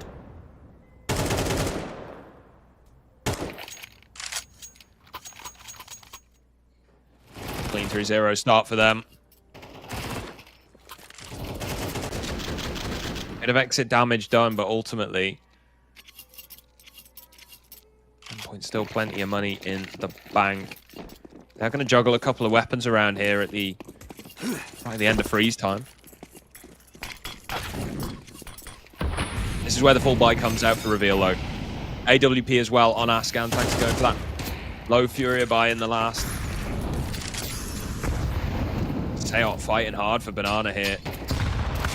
Oh, HE exposes him. Molotov doesn't quite go deep enough. Surreal's found a frag on the A bomb site, though, so it might all be in vain here. Hyan needs to go huge, finds 2. Bomb can go down. A 1-man advantage. Reveal still probably have a stab at this. Especially with Crucial going down on the bomb site. That's a big kill. Azu's going to hear all these steps retreating. Looks to try and find his moment, but Spexy holds. Reveal are going to pick up the first gun round. That was really nice. Really nice there from Spexy. That entire time that they were shuffling, you could just see it on the X-ray.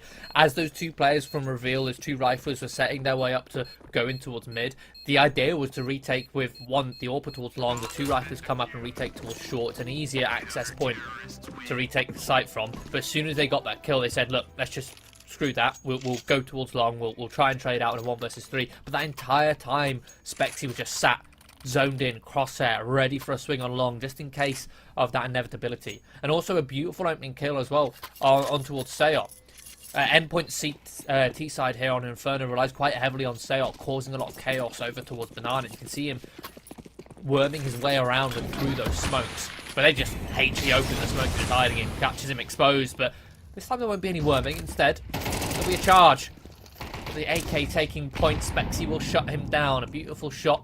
Denying the boost. Seot will then pick up the AK after his falling teammate. With AK Banana.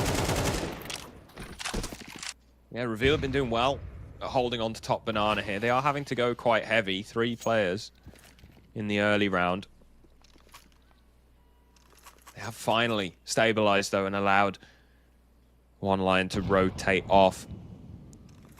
Something you'll see Endpoint do quite a lot when they're taking Banana on their CT side is they'll take it heavy at the start of the round and then just leave 1 player. Stack 4 on the A bomb site. Oh, Seot. Nice opening onto Ascan. That's the AWP eliminated without a whimper. A Mighty Max has eliminated Spexy with a headshot. Just like that. B bomb site open for business. Mighty Max has been spammed down. 3 on 3. Don't want to give away too many kills here. Cleaver's getting ready to pop the CT smoke as well. Try and prevent the plant. It goes a little bit too shallow.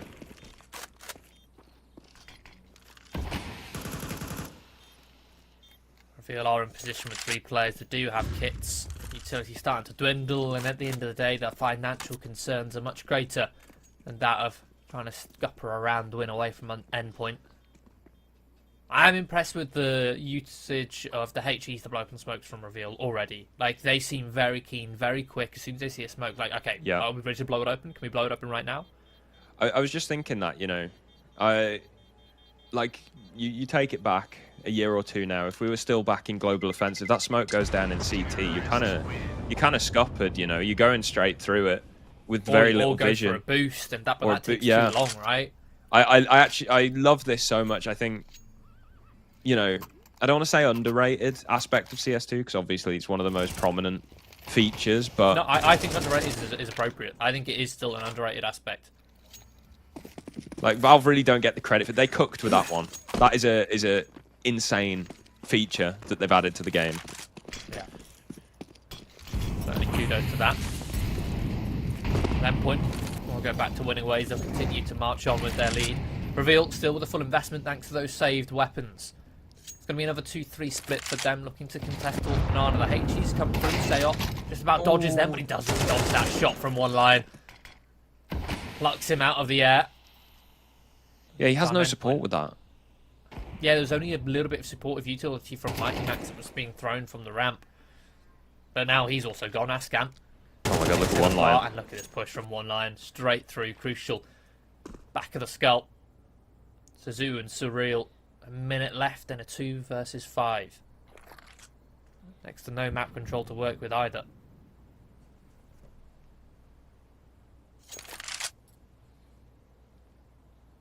Yeah, this is rough for Endpoint.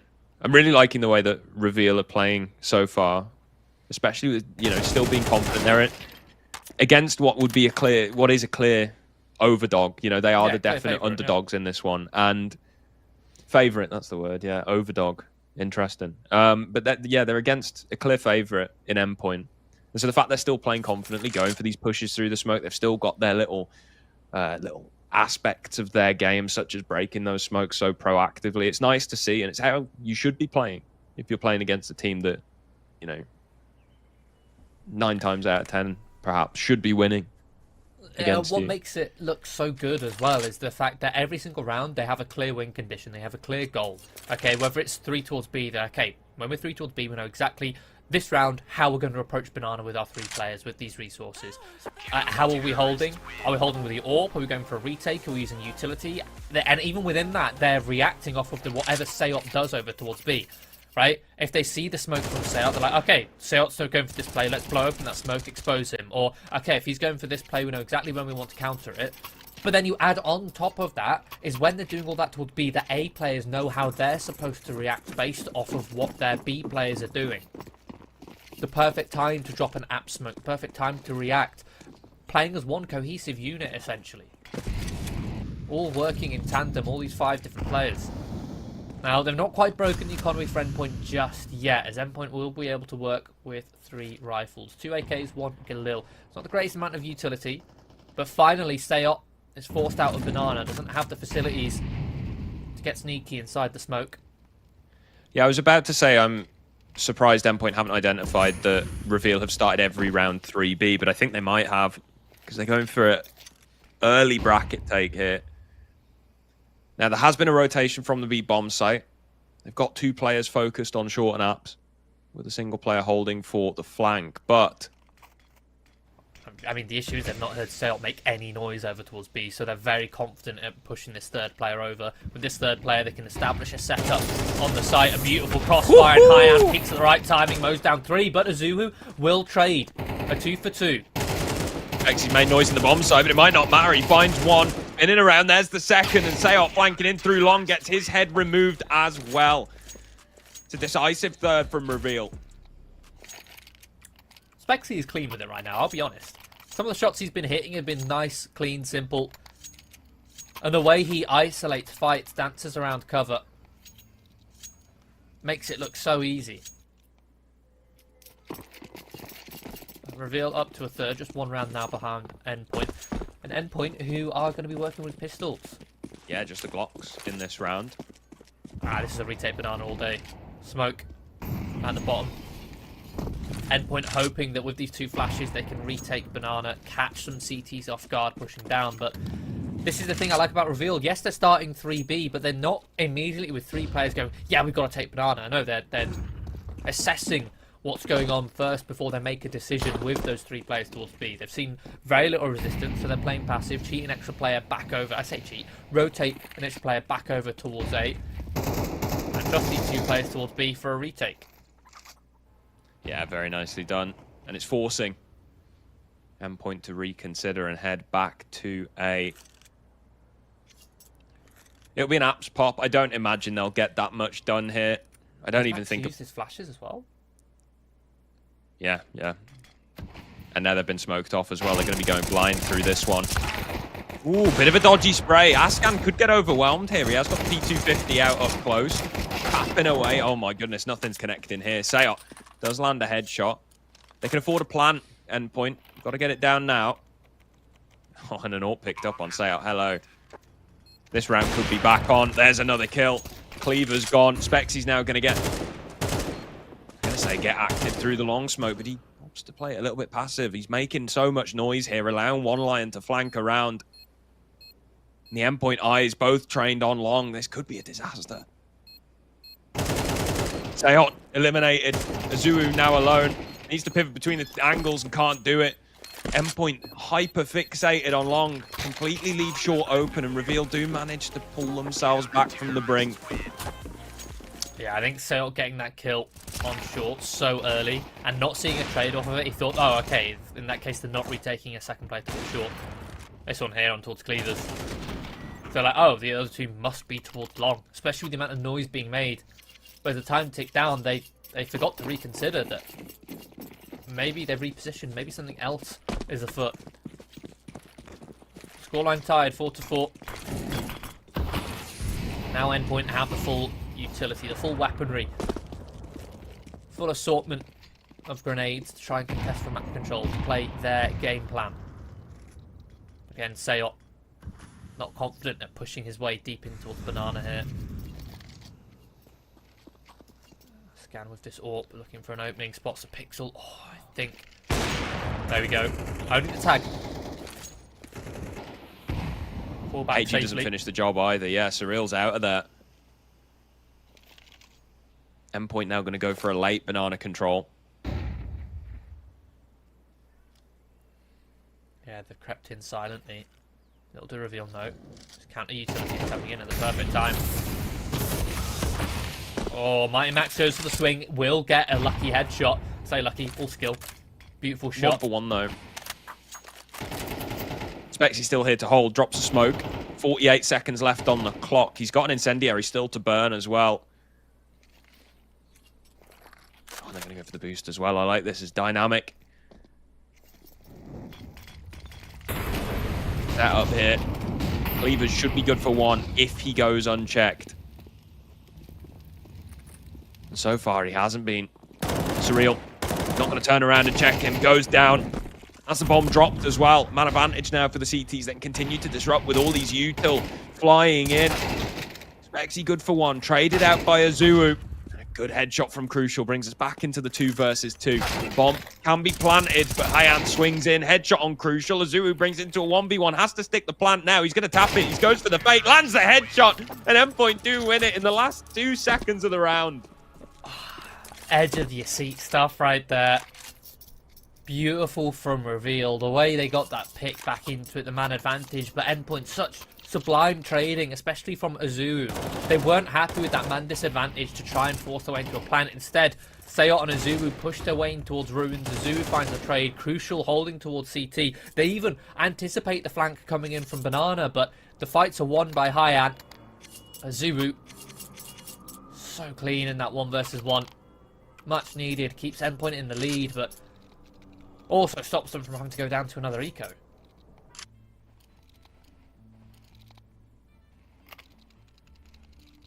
Have a timeout from Endpoint. Not the greatest investment. Crucial's been able to get a sniper rifle out. I believe this is the first one from Endpoint. Gives an extra feather in their boat. Another opportunity. They don't just have to rely on Seyot working banana or Azuu and Surreal finding picks over towards A. They can now use Crucial with this sniper rifle.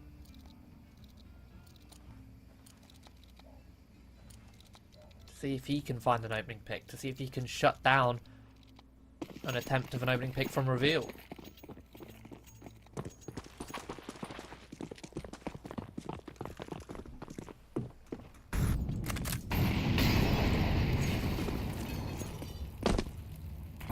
Reveal now going for a start of 3 players on this A-bomb site because they're going aggressive in apartments. Azuu, I think he's popped onto this one. He certainly has now. The transfer is beautiful.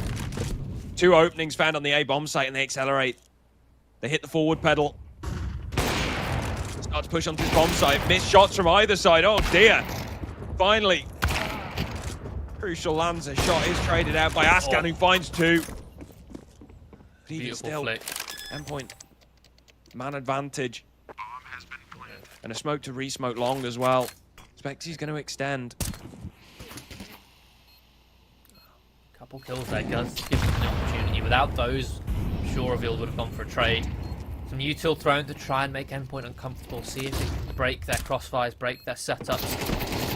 Reveal just searching for an opening, and Spexy creeps his way through the smoke, won't find anything, and it leaves Ascan 1 versus 3. Unless Endpoint give him something, give him an in, but that won't be the case. Surreal will finish him off. Endpoint extend their lead to 2. Off the back of some beautiful shots there from Azuu.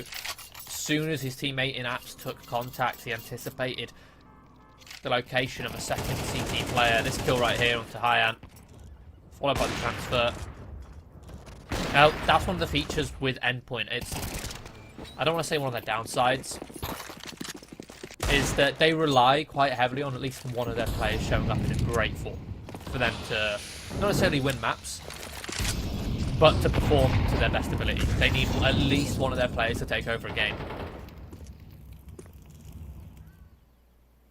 Fortunately for this round, Reveal are on just pistols, at least fortunately for Endpoint. There we go, crucial AWP. Involved a bit more, it's going to be a procession over towards B. Zoo holding down the rotations.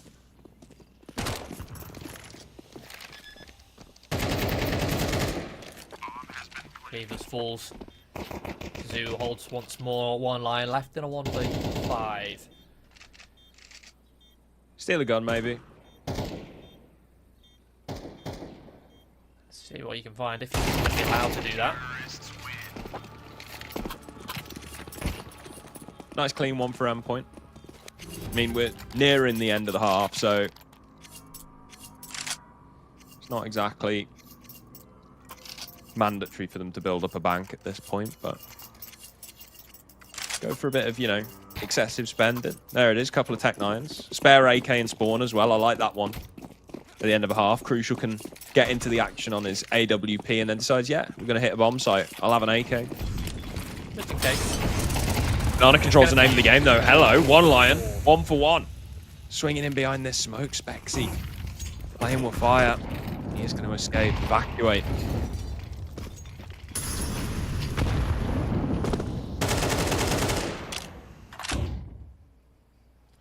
4 versus 4, but in the meantime, Endpoint have got apps control for free. High end now drops before his smoke. Might have got caught. Yeah, he does. Gets caught in the timing.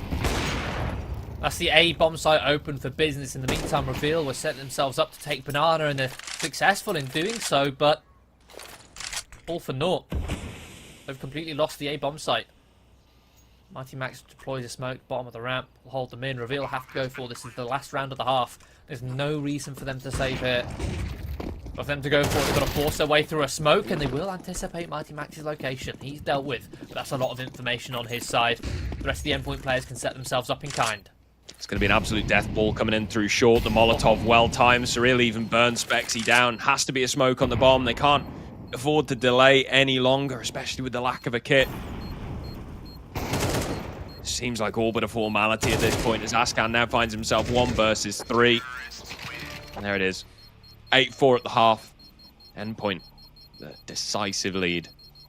Yeah, very decisive, especially after those last 4 rounds. I was impressed with what sort of Reveal were bringing, with especially with countering Seor over towards Banana. But as soon as Endpoint realised how Reveal were countering, they just changed it up. They started doing a little bit more pressure towards A, taking towards apps, going late in towards Banana. Rather than fighting for it early, they said, look, you can have it early, we'll just take it late. And the late fights, Endpoint were winning. And Reveal struggled to counter, struggled to adapt to that. So a strong half there on the T side of Inferno, but we're going to be swapping over onto towards the CT for Endpoint. They'll split 3-2. It's going to be slow for Reveal's T-pistol. In towards second mid, waiting for any aggression from Endpoint. Surreal. Jiggle peeking here in apartments. There it is, shoulder spotted, contact taken. He can just fall back silently here. It's going to drop off. 2 players hold this apartment's pop that comes in. Crucial with the opener. Zuru now activates, hiding in the pit. Oh, and they get absolutely mopped up. It's just Cleavers, the man who threw the flash. Alone against 4. Saw Surreal in the pistol round with a tasty clutch. Can he pull it off? There's the first. Mighty Max dispatched of. Julie's picked up. Firepower upgrade. No, Seop lurking around the arches is going to pick up the pistol. A really nice counter there from Endpoint. Even though the flashes came through, even though a lot of them were blind, there's multi-layered. Azu anti-flashed that whole time, doesn't get cleared. Big lead and an important round win. Bomb plant also denied for Reveal. That means that if they do choose to go for this force fight, it's not the greatest. It's Kevlar and pistols. Only 1 primary weapon in the form of the Mac-10 on Hyan. And 2 of them still in spawn. Well, they're certainly not doing anything fast this round. Yeah, you'd expect something fast with these weapons, right? But yeah, it doesn't have to be fast. You know, the starting gun doesn't have to start straight away. They can yeah, wait it for a doesn't. minute to pounce. It doesn't have to be immediately fast. You can build up into it, let Endpoint burn a bit of their nades, let them settle after they've taken their initial map control, and then go for something fast afterwards. That is something a bit more possible. explosive, right? We're seeing Ascan. it with Ascan Scout if he could find anything, but met with Sale bullets. Ooh, One line there will we go. find one instead. Take a bit of banana control now. Mighty Max is going to pick up the M4 though, drop the MP9. Should hear these steps. Yeah, there it is. Banana. Drops that smoke, well timed, keeps him blocked. 45 seconds left. Now, Reveal have at least burnt all the utility away from Endpoint. They have nothing left to deter, to delay, to counter, or to retake. So they're going to have to rely on these two-man setups to bolster these sites. And they've made the correct decision, right? They have to rely on two-man setups. So they've gone for the strongest two-man holds they can. Double pit and two towards B. New box coffin, crossfire. Crucial taking contact. Tries to find some damage, but not enough. And the molly will actually flush out Mighty Max. Straight through the smoke, Cleavers attempts to pick up one. And did he get the lineup on the second? Yeah, he killed Spexy jumping through the smoke, and Cleavers was low HP, tucked in towards second oranges. So he's found two. Man advantage there for Endpoint. Disaster for Reveal, especially with one line getting his head ripped off. Hayan alone in dark pit. It's going to be 10 for Endpoint. It looked pretty good for Reveal. They got the bomb site. They got a man advantage. Just a bit of wild spam through the smoke. A bit of an overextension. Yeah, unnecessary. To be honest, right, if Spexy doesn't push through that smoke, Crucial doesn't get two. You still have a man advantage. Yeah. But by pushing through, not only does Crucial kill Spexy, but he also ends up killing Cleavers because of it. Nightmare. That's a 2-for-1 mistake. I mean, two deaths, two mistakes, two losses at the price of one mistake. Gonna be Glocks. Tech 9, entry, perhaps. There it is. Mighty Max, dink down. He's gonna equalize the numbers at the very least. It's another B bomb site for Reveal, another plant. Can Endpoint pull off another retake? Such deep positioning from Ascan. He's got a teammate with him as well. A crossfire established. They know Crucial's there. Don't need to overextend now. Smoke ready. Yeah, they're looking to prioritize this CT player. They're handing him 1v1. Still Spexy runs straight through with the Tech 9. Guns Crucial down. But now Endpoint have the bomb site. Got all the mollies. Chucked every which way. Ooh, jumping above the smoke. One line, not going to land it. Azulu, the bodyguard, is going to cover as that bomb gets diffused. That makes it 11 for Endpoint. I was going to say, that was a beautiful rush from Reveal. Literally, the first player immediately dinks Mighty Max, and Sayot doesn't find anything. I mean, Mighty Max found two on just 1 point of health before going down. And even then, I loved the post-plant setup there from Reveal. It was a clear win condition in mind. I was like, okay, we're fighting towards CT. Spexy has that insurance policy to push through on contact. But at the end of the day, at the end of the round, Endpoint a strong lead, very strong lead, and looking to extend that, just 2 rounds away from taking their map pick.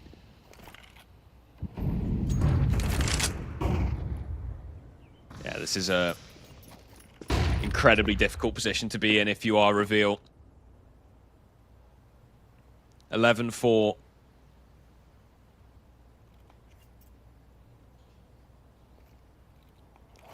Crucial spot Spexy. Was it mutual?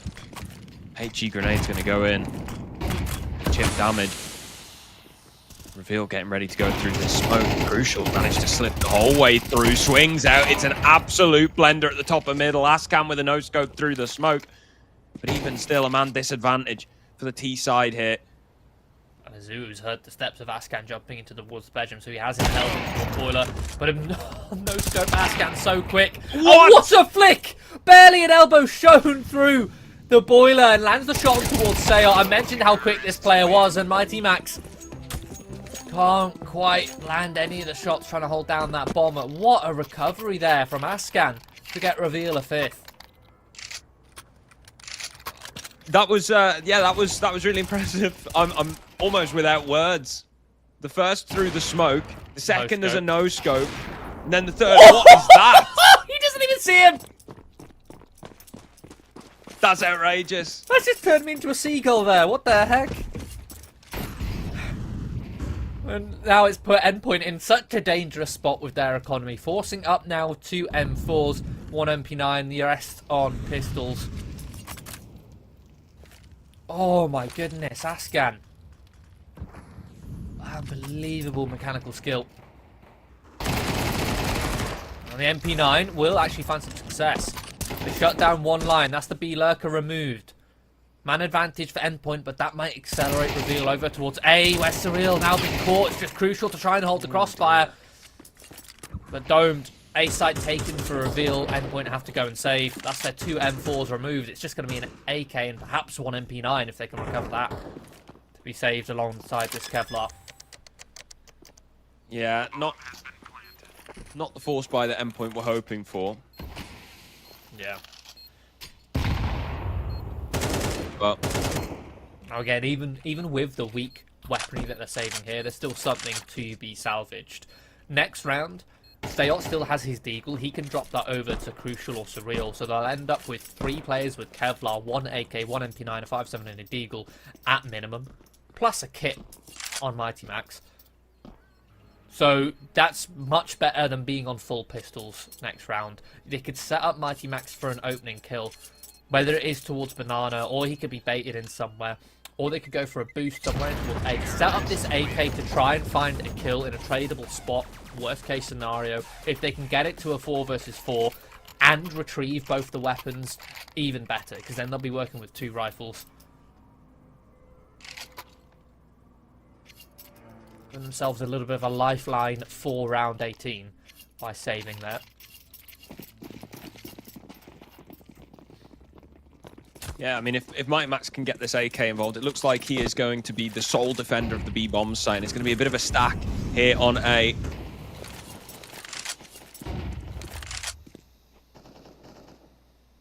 Just holding on to bracket control here. Max with an advanced position over the edge of this smoke. Top Banana.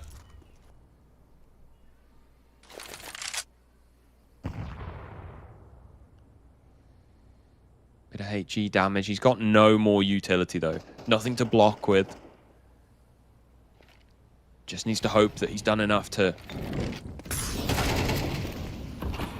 push Reveal into this A bomb site, but Spexy's already found a kill here. Sayot's going searching. Hello. Nice kill from Mighty Max. Falls back. Ascan catches Sayot though. Presence of mind to anticipate that push. There was literally a player in second mid who was holding the mid smoke.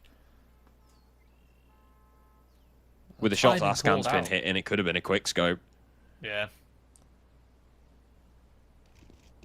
Now they can group up towards this A side of the map instead. They've drawn the rotate, leaving Surreal alone with a USB. Good luck, mate. Crucial might be able to pick up the rifle towards the top of Banana if it was not thrown away. There we go. 2 AKs to be saved from Endpoint. Personally, I'm really not a fan of how Endpoint approached that round. When you've got 1 saved rifle, just saying, okay, that rifle's solo B, the pistol stacked towards A. The issue I have is that rifle is a weapon that could allow you to snowball around. And because he's solo, if he goes down, that's it. Endpoint now no longer have that rifle. That's it. Yeah.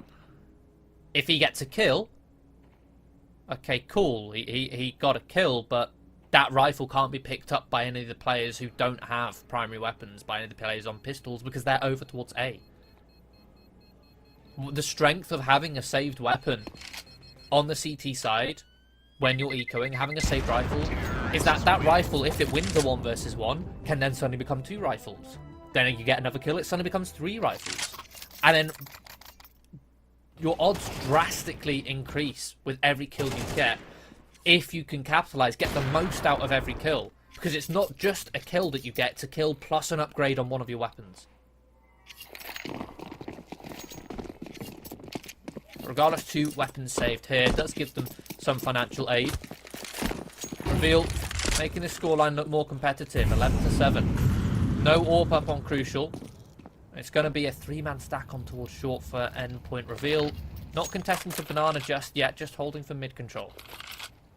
Might looking to go for a bit of contact here off of Ashkin. Scoping in. Shut down, won't anticipate Azu up at the top. And Azu doubles up, in fact. And he's been seen dropping off and heard dropping off. Surreal's not going to be expected as a second player up on the balcony. Oh, maybe he is. Cleavers finds a double. The transfer, absolutely sublime. We're into a 3-on-3. Oh my goodness. What a shot. And Reveal not pouncing on it either. There's still a minute on the clock. And little did they know if they'd pounced, they would have been met with 2 players on this A site. Instead, they slowed down, make Endpoint doubt, make Endpoint sweat. See if this shuffle, or this setup can be shuffled, should I say, from Endpoint. It's going to be creeping in towards long without the timing. Cleaver's taking point. Shot fired. Information passed across. Again, they're still not pouncing. They're still not overreacting off of being spotted. They're still shifting. I like this. Proactive in short. A double push. Sail finds the headshot onto one Lions. Cleaver's now going to swing in. Just picks up the bomb and Scarpers. Endpoint have relinquished the A bomb site and Reveal know it. It's going to allow the plant to go down. Now Mighty Max can start his rotation over. Such good utility from Reveal. Allows Hyan to get his way in towards Pit. Blocks him out into the tower. Going to be a creep through the smoke actually from Azuru, and it catches Cleaver's repositioning towards long. And also gets the information on Hyan. Now, Endpoint can set themselves up for the 1 versus 2. The Molotov makes Hyan and comes into an exposed position. And a timing beautiful. peeking through the smoke. They don't expect a second. Incredibly well played by Endpoint. Nice retake. Reveal. I hope we get to see that Cleaver's transfer on the replay. Because it was ridiculous. Here we go. Oh my god. Do you think he gets that transfer if the predictive animations aren't on? Yeah. Like, do you reckon he's using those predictive animations? He's for still... at least for the kill? Nah, he gets that. That was a firmly locked in headshot. Oh, and that's a firmly locked in opening. Ascan standing in the flames, eliminates Sayot at the top of Banana, forces the utility usage out, and it's info passed across as well. Sayot is not normally a B player.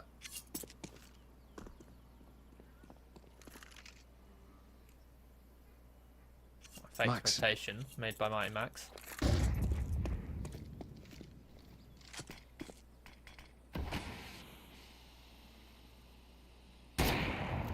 Ooh. Narrowly dodged shot through the smoke. For Reveal. It's going to have to be 5 on the bounce. This is really well read from Endpoint. Not enough pressure made towards A to pull any players back. Keep Endpoint honest. Instead, they have a 3rd player here. Mighty Max sent in. He's the bait. As well as Crucial already revealing his location. They will not expect a Zuru here. It will take such diligence for them to clear it. Zuru will strike, and it even takes them a while to trade to realise he's tucked in towards Dark, but they've got the man advantage. The utility, the mollies, locking Crucial out from stopping this defusal. Or stopping this plant, should I say. HE and Spawn is shallow, Surreal. Granted the smoke fade immediately afterwards. Disgusting off angle. Crucial's gone. Surreal will almost certainly be saving here, and yeah, there it is. Reveal. Surprising me, I think, here on Inferno. Early on in the game, I was sort of thinking in the back of my mind, like, how would we, close this map out? Be like, I don't think the scoreline quite reflected how much Reveal had to show us on this map. Yeah. But no, they're proving it. They're walking the walk at the moment. They're still trailing, though. I also think in that round, I think it was a bit of a mistake from Mighty Max to commit towards Banana. I get why he did it, because if you've rotated Crucial in, Crucial has taken contact. They wanted to make it look like they were retaking Banana, with Crucial being the player who rotated in to support Mighty Max, so that if that retake fails, it would be revealing to committing towards B. Because if it didn't fail, there's the thought process behind Mighty Max probably thinking, oh, we've just got a kill. We've shown that Crucial is over here towards B. They might accidentally we might have accidentally made them go away from B, where we want them to come into B, because that's where Azuru is set and baited in. Will be a bit of a half buy here for Endpoint. M4 on Surreal. Save. Nova. Crucial. Oh, no. I want to see that on the replay if we can get that. Oh, dear. An apps take from Reveal. There's 4 players from Endpoint in apps, and 1 kill is all they get. 2 missed Nova pumps from Crucial. Yeah, that's rough. He's going to be buying that one again. No. Terrible weapon. If you're against an eco, it's alright. It's weird because everyone at launch of CS2 started using shotguns more, right? Yeah, they were like, oh, the Nova's great in this game. It's like, no, it isn't. Well, the thing is, I was a Nova believer, right? I started using Nova at the launch of CS2, and it felt really good. But then since they've adjusted the game, made the rest of the weapons feel better, the Nova now feels awful.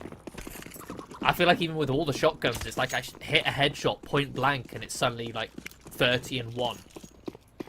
Like, what?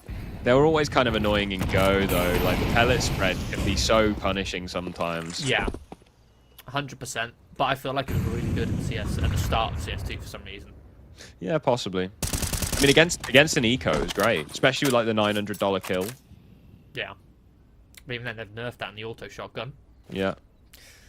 No shotguns in this round. Instead, it's going to be Shame. Egg equals 2 AWPs and a full contact up towards long. Beautiful turn there to dodge the flashes from Spexy. Opening kill. Surreal not in a good position to get more than 1 kill. Crucial. We'll trade him, but now he's pinned, tucked in towards the side. The trades are coming through. A 2-man swing. Good patience on the player towards long. Man advantage for Reveal as they get this bomb planted. Endpoint, this should be a save already. Seot should be turning around. He's just going to walk into his demise. They have nothing to retake with as well. No utility. They were literally just going to attempt to walk in dry against a Reveal who still have plenty of nades. It's like now it's only Mighty Max that can these save. weapons that, for them to try and close it out in a 2 versus 3. Why would you think that you could easily close out a 2 versus 3 retake on A when, again, you only need 1 round? Why would you think that that's your best option rather than saving and just winning the next round with a half investment with 2 saved weapons in a 5 versus 5? Especially considering Reveal had all the time in the world to establish close plans. Yeah, beats me. Endpoint. They could probably bought with 2 M4s saved there. Yeah, but this round they won't be. They'll be ecoing. Reveal. Closing in. They are. 2 rounds required to take it to overtime. And only one of those rounds is going to be a gun round. Endpoint on the pistols here in round 23. And we've got another hero M4, a hero rifle. This time it's a little bit different. There's some support being thrown Mighty Max's way with Seot having a couple flashes for him to try and get himself an opening. When does he call for these? That's going to be the question. It's all a matter of timing. Mighty Max, a veteran of the game. Flashes come through as soon as the molly comes. But, shot from Surreal, and he gets away with it. No way. Not a good way to have the round start off. Won't receive the weapon, though. No, but they go hunting through apartments. Crucial. Starting to walk his way down the stairs, and there's a headshot onto Hyan. Not like this. Not like this. Spexy does eliminate Azuu, and Crucial trying to evacuate. Does successfully drop down into the mini pit, but immediately cleared out. Back into a 3-on-3. Surreal. Over the edge of the smoke. It's a miss long smoke. And he can go right through it as a planter. Getting that bomb down, but he isn't giving any fights. No trade behind it either. Mighty Max was a little bit too far away. Seot didn't want to go down and commit through that smoke without setting Mighty Max up for some success. A full rotation comes in towards short for Seot. Decent back-to-back hold. Ascan deals with short one line, had that smoke on lock. Mighty Max doesn't find anything. It's a one-round game. Yeah. It's going to come down to just 1 round as we go to round number 24. Gets proper scary with those It's a 3 pistol versus kills. 5. Yeah.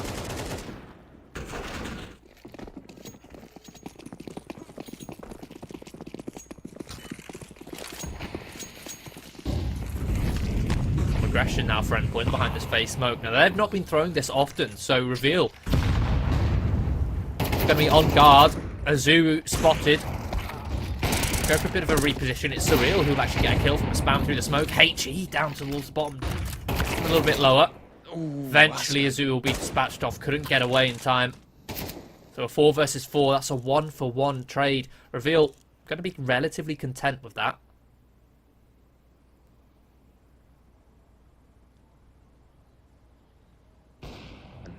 Now silence across the map. Retake utility on Banana, which is exactly where Reveal were planning on heading. Looks like they still are. They're going to have to go through a smoke. They've done so with the HE. We praised them for it. And Endpoint deciding not to take Banana control off the back of that utility means they do get it for free. Top Banana. Open. Blocking utility-wise, there's not a whole lot on this B-bomb site. So it has got a smoke, never mind. And incendiary now as well. Didn't spot that one. Well-timed smoke. We'll drop the incendiary as soon as he hears steps. Still again, another HE on the smoke.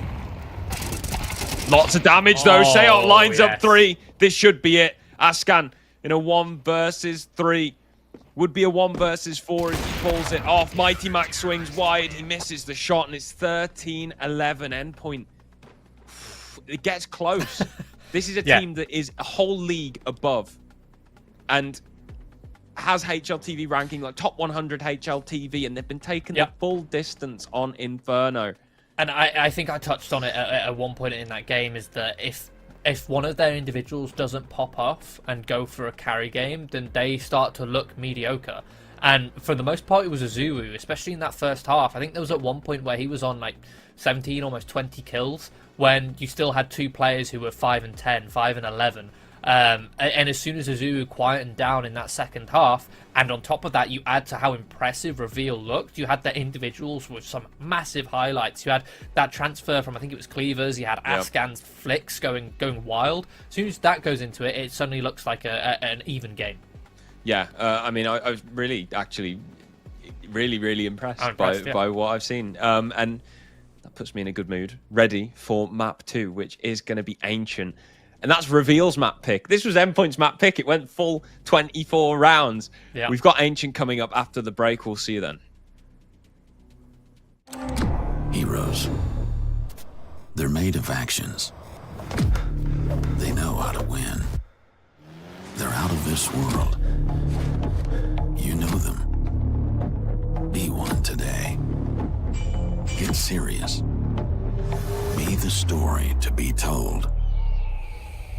All you need is dedication, perfection, precision, a winning attitude.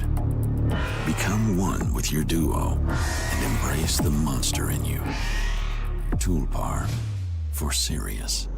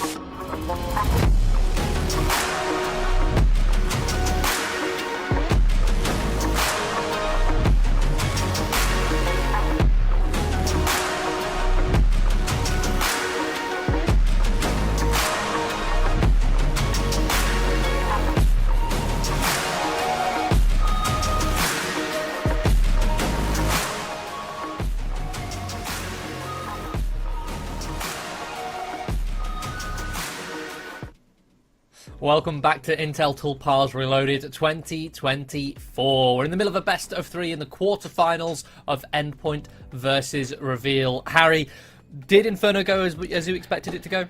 No, it certainly didn't. I mean, that was Endpoint's map pick, and it still went the distance. It went all 24 rounds. And on paper, that shouldn't have happened. Not only was it Endpoint's map pick, it's a map that Reveal have had mixed results on in ESEA.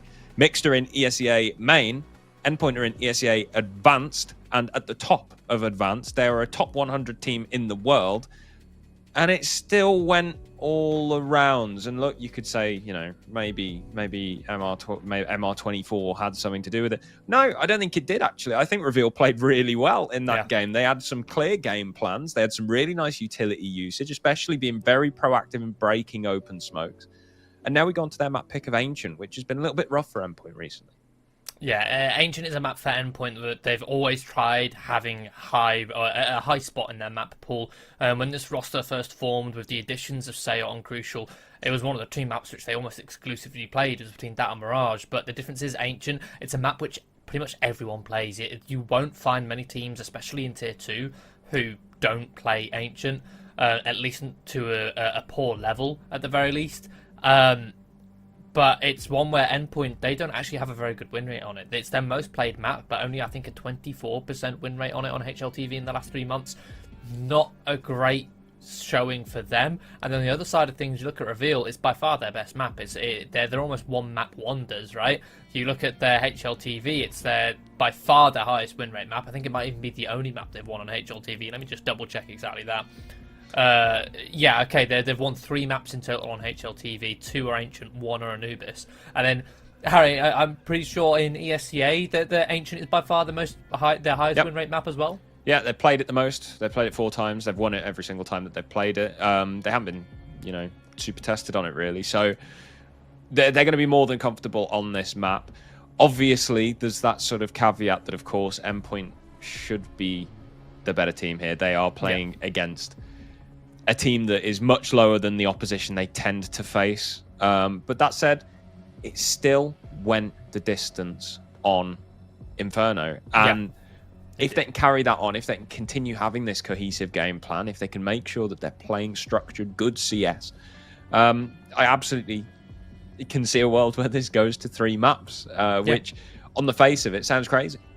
I'd almost expect it to go 3 maps, to be honest, judging by the performance of Inferno, and then you put into the fact that this is a stronger map now for Reveal and a weaker map now for Endpoint. You'd expect that the round count would shift to the point where it would be Reveal reaching 13 first. And you add to that the fact that Endpoint really, they rely, like I said, on Inferno, they rely heavily on at least one of their players having a mega game. They've got 5 players who are capable of it, but you can't rely on them being or rely on any of them to consistently be able to perform, but they need at least one of them to be able to do it.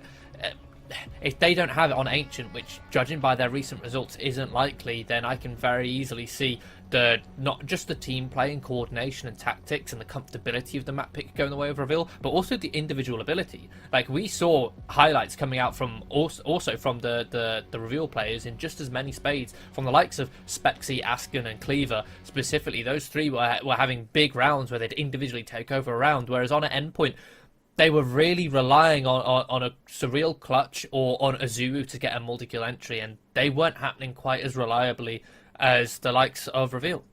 Yeah, absolutely. Like, the individuals showed up for Reveal as well. It wasn't just some of the team play aspects. It was also the fact that actually you had players popping off, which is it's obviously going to be a big help. It's an interesting one because obviously Endpoint, this map's had a little bit of a fall from grace for them. Like, I remember a couple of seasons ago in ESEA, it was all they were playing. Like, you know, we'd be logging on to cast one of their online league games. It's like, oh, what are they playing this? Oh, is it Ancient again? Yeah, it's funny that actually. Like, I think, you know, the majority of their season was Ancient, and they don't tend to bring it out as much anymore. They seem to have had a couple of issues. Obviously, the roster's changed slightly since they were bashing Ancient as hard as they were. So there's a really good chance for a map 3 here. I'm proper looking forward to this, man.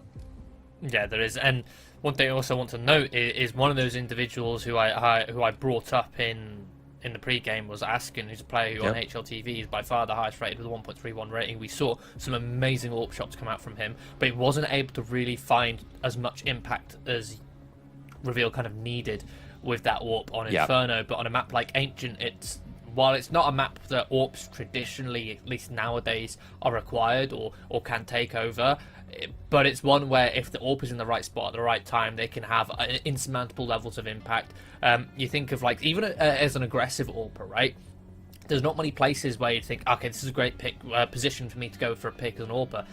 But there are certainly those possibilities, right? Yeah, I think coming to mind the Wrinkle on NIP, that he constantly goes aggressive up in towards Heaven, going for the wild strafe or the run boost to get up in towards Heaven on Ancient, to go for picks on towards lane. There's plenty of opportunities, especially late round, for an AWP to rotate in, and if Askin is more of a passive player, he can get that AWP involved, and he is one of their higher rated players on Ancient as well.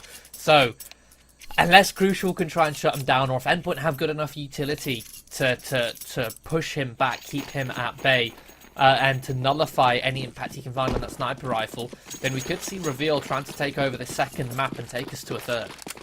Let's see what they can do. Heavy outside B for Reveal and Endpoint, getting aggressive down the ramp here. The utility going to start to push in. Aeon takes first contact. Ascan finds a double. Both wiped out. Now aggressing onto the bomb site. Surreal gets one on the fadeaway, but he's being pressured hard. Ascan with another. He showed up to play here on Ancient, single-handedly knocking out the defense on the B bomb site, and Azu and Mighty Max have no hope of getting back into this one unless Max can find an opening on the ramp. There it is, Spexy gone. No defuse kit, so it's going to have to be a quick one. Reveal need to dig in. Max spots two on long, dancing, trying to find the headshot on the sly. Cleaver's just holding the rotation. Max is gone. Azuru's not even attempting this. Yeah, Azu wasn't even giving him any help at all. He was trying to rely on Mighty Max getting killed. Azu will just look to save his Kevlar. It's a little bit of a shame. Mighty Max did have that opportunity and Azu forfeits it. Gets a couple kills, but it'll be Ascan who will actually collect the ace. A full 5 kills. Just as I was waffling about Ascan finding the impact or having that potential to take over this game, he's already done so 1 round in. He made that round his own. Yeah, beautiful stuff from him. Plenty of money in the bank now. He can go for a full buy with an AK and all the trimmings. If Azuru was able to get away, could have gone for a FAMAS. It's a shame about that one, but they are going to be ecoing in this round anyway. So it's just a P250 sitting in the window as Reveal takes some lane control. Looks to probably split mid here with the smoke on Cave. Could be a bit of money farming going on here. Yeah, the patience there from one line. He gets 2, but as soon as he thinks down, he just disengages. Says, "Look, you guys can get the rest. I'm going to make sure I don't go down." At the end of the day, that's what matters for Reveal. It doesn't matter how many kills one line gets. It doesn't matter if you get an ace against the pistols. If you go down when you could stay alive and provide stability to your economy, that at the end of the day is the priority. Good composure there from one line. I'm not overextending there. But round number 3, we will see Endpoint go for that 4th round buy. It's 5 M4A1Ss. The util leaves much to be desired though. No kits brought up either. Especially on a map which is quite reliant on retakes. Both the A and B site. Yeah, this is not a good buy at all. You're fully reliant on the rifles here. Missed Molly will at least help Endpoint out. Somehow bounce back on Spexy, and therefore Surreal has time to drop a smoke. There we go, the HEs. Look at that from Reveal. Without missing a beat, they drop the HE to try and counter, but there's Azuru with the trade, a double kill. Shuts them both down and gives Endpoint that man advantage. So nicely done from Reveal. They completely carpet the inside of Cave with Molotovs. There's only one place that Surreal could have been, and so they just both pre-fire it. What they don't anticipate is Azuru getting his feet nice and toasty in the flames, running in and trading out. And so ultimately Endpoint do end with a man advantage here, and they're continuing to be proactive. 2 players pushing through a main. Ascan with a nasty surprise in elbow, and that's the bomb dropped. A lovely mid-round push there in the 4 versus 3. Just bolstering B with 2 players. 2 players getting proactive on A, clearing out mid with, or having the potential to clear out mid with a flank, but instead they find the bomb before they can do that. And 30 seconds left. Reveal. Just 2 Galils. 1 Lion and Hyan. Gonna be shifting in. Not even gonna make it towards the bottom. Not gonna make it towards elbow. This is, in the end, a decisive round for Endpoint, and considering they had no utility, they had to somehow give themselves the advantage. Being proactive is how they decide to do it, pushing in through A main and recovering the situation in cave nicely before as well. Lovely stuff from Azuu to trade that out. And then Max coming in on that flank. Yeah, can't be impressed. Round number 4. Both teams emptying their bank accounts to afford this investment. Endpoint getting some more utility this time. Still a bit of a 1-2-2 for them. Not holding too aggressively on towards middle. They're going to give it up. Leaving Seot to spot from Donut. If he is pressured, he can drop a smoke at his feet. Get some support from Mighty Max. Counter flash, Seot gets a kill, drops a smoke, holding on to that ground. And Reveal can't punish, they can't trade. Still, see if this HE can find anything. Seot being pressured at the back of Donut here. Reveal not going to cross the threshold inside the smoke though. They will respect it for now. Head straight back towards Crucial. Hyan still, he lands the headshot. Azuu's now being pressured. He's the lone defender of the site. Has to fall back by time for his teammates to rotate in. Let's get himself back in towards this cave entrance where he can spot, where he can jiggle, get early information. 4 versus 4. While this is an even player count, the health certainly leans towards Endpoint's favour. I say certainly, only just. Will be a contact up on towards B. 20 seconds left, and in the meantime, Spexy is completely cleared A, so Reveal are going to make a last-ditch rotation in towards mid, but that's where Seot lies in wait, who still had donut control. But quick trade comes through. 10 seconds to try and get this bomb down on towards the site. Endpoint look to try and intercept, but Spexy holding down the rotations. They've done it. Bombs planted. Just over a second left. Now in a 1 versus 2 situation to try and clutch this one out. How does he unpick this situation? No utility either. Nothing for him to block off the sidelines. No smoke to drop on the bomb. He finds the first kill onto Hyan. There's a big flank going on from Spexy. A tap isn't going to bait anything out. Flashbang gives away the location though. Azuu now knows where he is. Tap on the bomb. Spexy just needs to buy time, and I think he's been successful here. The headshot to seal. Reveal somehow pull around back from the brink of disaster. There was 20 seconds left, and Reveal were at the top of B ramp. The top. For the bottom, the very top of the B ramp, and they make that rotation all the way through. Seot could have completely decimated this round for them. Such a high gamble play. Try and get them towards A, and with 1 second left, they succeed. Endpoint now going to be forcing up, with Reveal only surviving on the last round with 1 player. Endpoint see a possibility of breaking the T economy, and they're going to try and win this one. A couple MP9s, 1 M4, 1 Famous, 1 Crucial, Mighty Max on just a 5-7. It's very weak utility already. 1 minute 20 on the clock, and they've got 1 smoke left and 1 flash. That is it.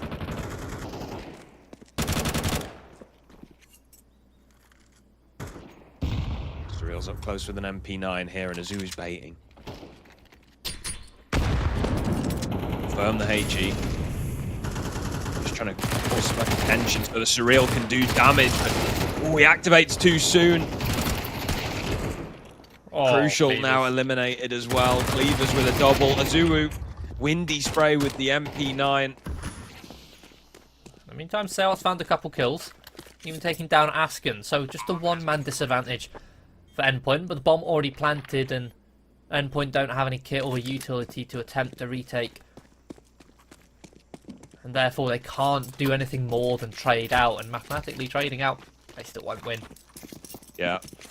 Mike Matt's going to recover the Galil that Seot so graciously found for him. Now Now going to save the weaponry here. Reveal hunting a little bit. Don't think they'll be able to pick off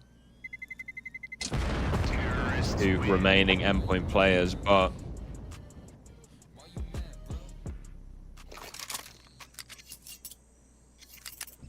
money starting to build for Reveal now. This is a really nice, strong start to Ancient. That's Mac 10 usage from Cleavers. Filthy stuff. Endpoint will be going around these two saved weapons. And for on that Galil, it's looking to be a full piece stack. Talked about it on Inferno. Now he's meaning to set up these rifles to find the openings. Try and snowball the round, but it's not going to be easy. A lovely anti-eco approach from Reveal where they do the molly stacks in towards cave. Simply molly out the entrance towards the cave. If there's any pistols in, they have to force back. You then molly out Brolin. A deep molly that can cover all the hiding spots to close corners. At the other side of the choke point. Now, I've no doubt that if they weren't shut down by that smoke, they could have then just mollied the pillar and they could take cave for free. But instead, that smoke has done enough to deter them, push them back away from B over towards A. Sail with that M4 will find Cleavers through the smoke headshot. An advantage for Endpoint, but they still don't have the sight, still don't have utility.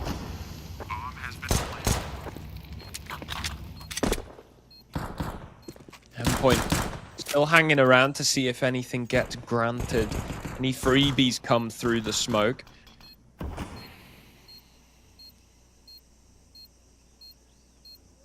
The Reveal aren't giving them anything. This should.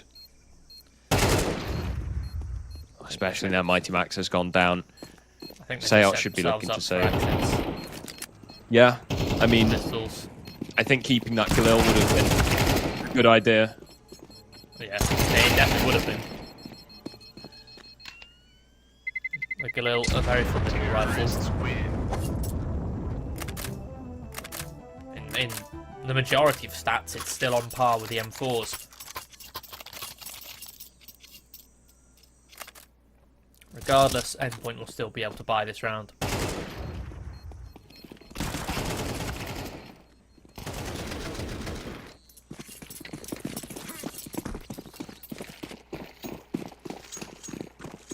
We got that AWP up on Asken nice and early. He's only actually got 1 kill in the last 5 rounds since getting that ace on the pistol.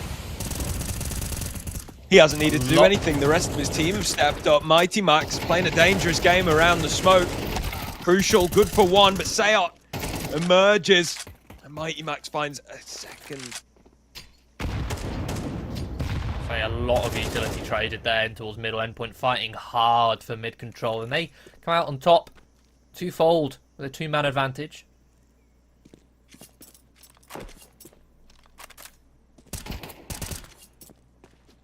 Reveal will shift in towards middle after Endpoint give up ground.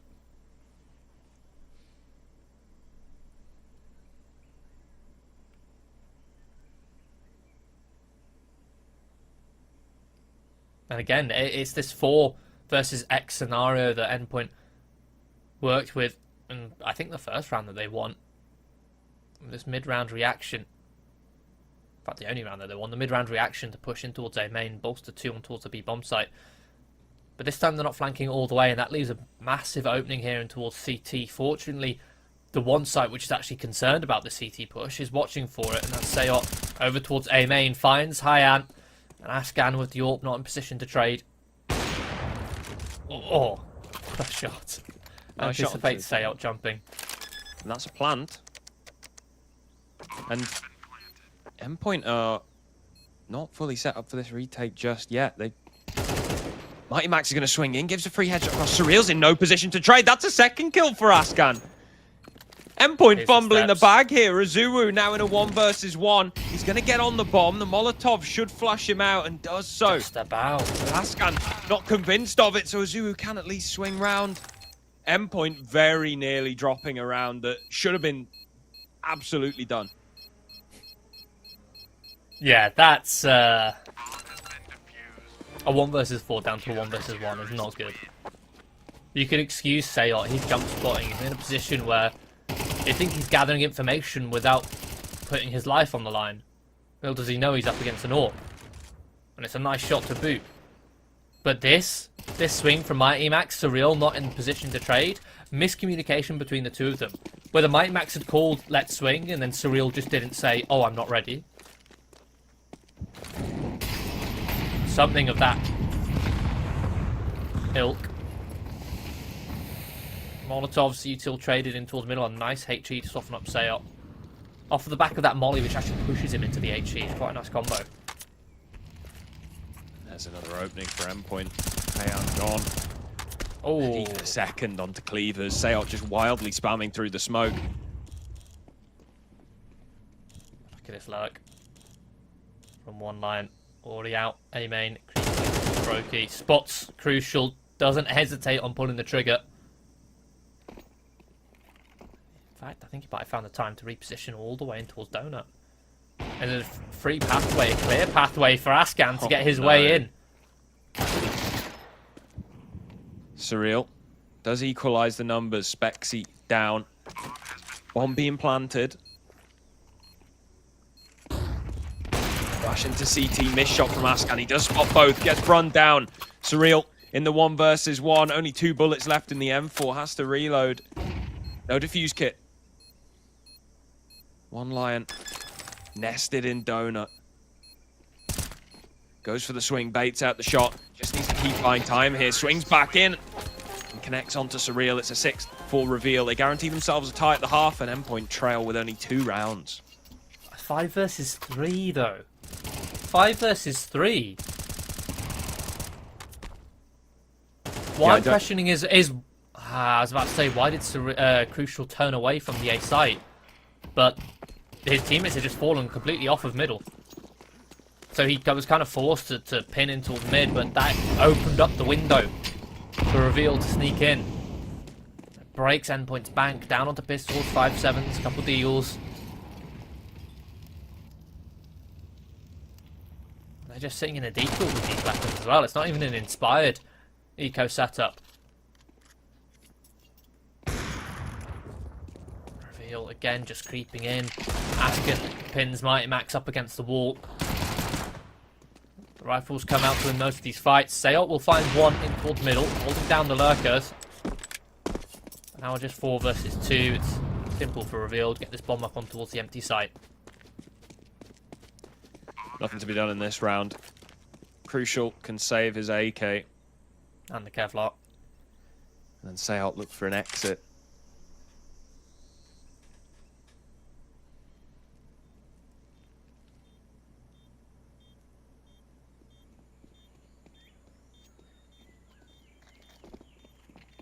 Spexy coming in with just a Mac 10.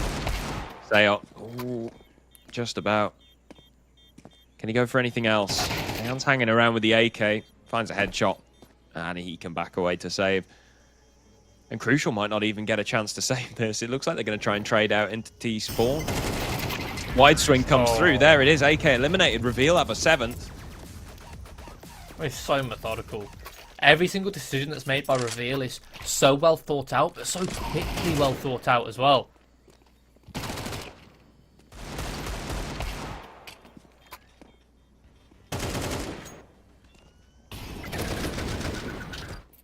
Beautiful. Nice clear. Finally, Crucial's got an AWP out in play. See if he can shut down Ascan. He's slowly creeping up on that scoreboard, up to 11 now. The Reveal so far, they've been successful at taking B lane, splitting it towards mid and winning the late rounds. Now they're setting their sights over towards A. That's exactly where Crucial is posted with this AWP in towards Temple. Sayot playing around the edge of the smoke. Whips. Just about recovers onto Cleavers. And Crucial's Ascan been completely wiped out. Ascan wins the duel. Mighty Max now left to hold in Donut. He's going to be cleared here. They walk in and he sprays them both down. 4 versus 2. Endpoint. They've had plenty of man advantages so far this game. Can they actually convert this one? Yeah, unfortunate trading there towards Donut. Instead, They look to fight in towards CT, and that's where the majority of the Endpoint players lie. It's Ascan now, and a clutch towards the big box will pick off 2. Running out of bullets though, when this AWP has only got 1 left in the chamber. Has to swap towards the Tech 9. Distance closed by Mighty Max, but that's where the Tech 9 excels. Just Surreal. Time ticking on this bomb. Ascan dancing around this box. Surely and not. he's playing, circling around Endpoint, playing games with them, toying with them as he wins the 1 versus 4 to get Reveal and 8. Ascan, what are you made of, my man? Fumble after fumble for Endpoint. Man advantage after man advantage in their hands. Ascan dancing around the box. Hits the 2 big ones and then swaps to the Tech 9. It's an ace. He finds the opening onto Surreal. That's his 2nd ace this game. Zulu's making a meal. Ready to be eaten. 5-7 kill, picks up the AK, gets a 2nd into the 3-on-3. Now this initially was a 5 versus 5 with Endpoint on the majority of pistols. Now 3 versus 3, and they've got 2 out of 3 players with rifles. Fortunately, Cleavers with the MAC-10 wins the 1 versus 1 onto Surreal. Gives the man advantage over to Reveal.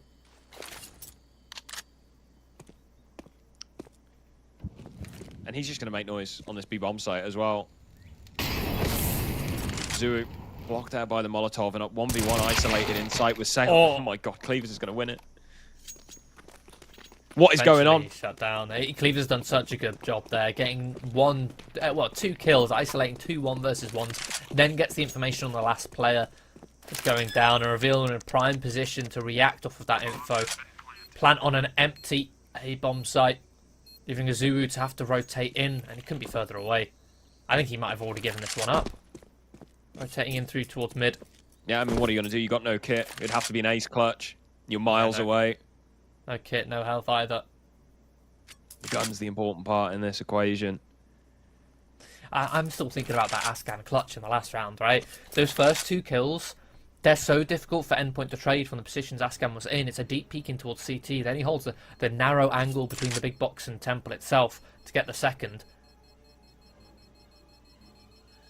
I'm just thinking, if Endpoint just running in, even if they have really good trading, it's so hard to trade an AWP in those angles. That's why the AWP is so strong, because it can pick one off and then reposition.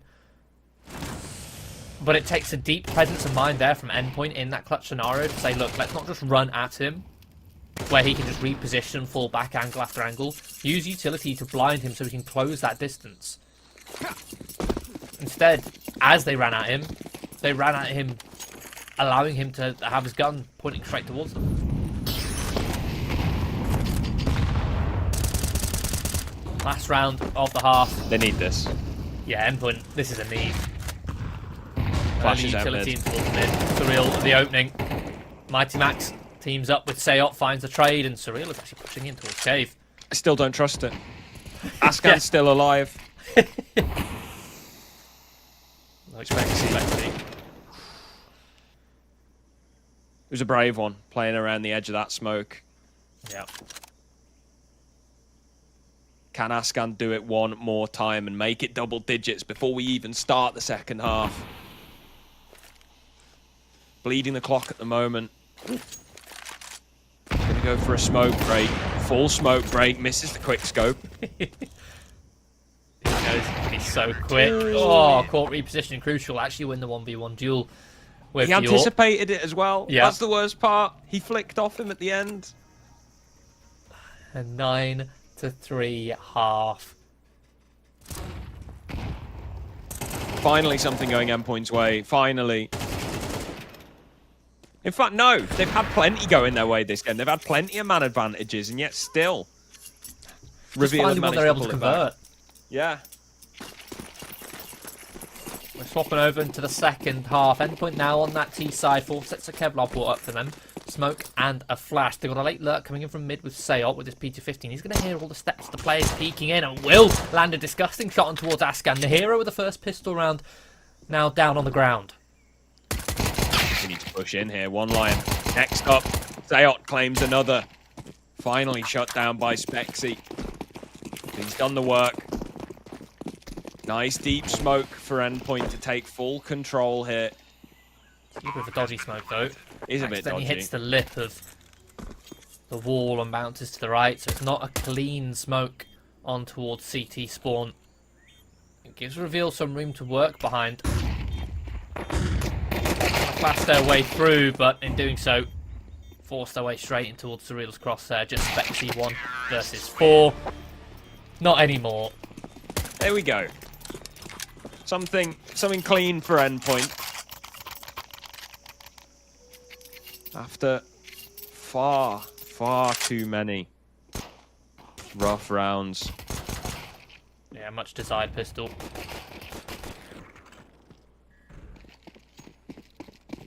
Got an opportunity to close the distance with Reveal on a full eco. And they're going for the same strat that Endpoint did as well, in that they're that much faster. Well, more in the fact that they're going for that low util. Oh yeah, the gun same round. purchase. Yeah, same economic strat is what I was trying to get at there. Yeah. No, I get you. In fact, it's going to be a different one. Rather than going for the third round buy with those M4s for deep utility, they're doing the Furia buy. Get the MP9s out on the third. Interesting. I mean, it means that Askin can get an AWP up next round. Yeah, it's just surprising they On didn't their even go first for gun. like an upgraded pistol or something. They've gone for that extra little bit of utility instead. So Endpoint might- Such a heavy buy. Oh my goodness, Sayo. Oh. Walks out mid, gets the transfer. Couple of kills in A main here. Crucial, looking to try and hold on. Heian does shut him down. But that's enough for the warning siren to go off. Mighty Max scrambling with that bomb to the B bomb site where Azuu has got full control. They know the rotation's coming, they just don't know from where. Bomb has been planted. It's planted wide.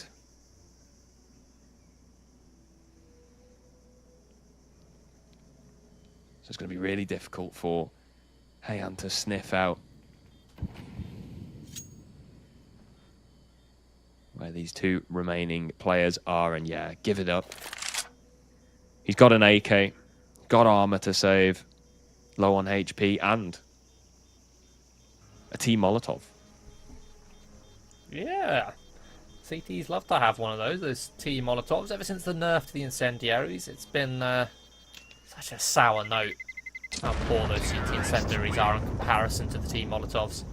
It's such a shame. It's like, you know, the gif of somebody opening the fridge and they're really happy and then really sad. Yeah. That was like me reading the line that was like, reduce the cost of the incendiary grenade. I was like, yes! And then immediately under it is, nerf the incendiary grenade to the point where it's almost useless. And I'm like, oh dear. Yeah, Almost useless is a bit hyperbolic. It is obviously still useful, but it's nowhere near as good as the old T Molotov there. Not at all.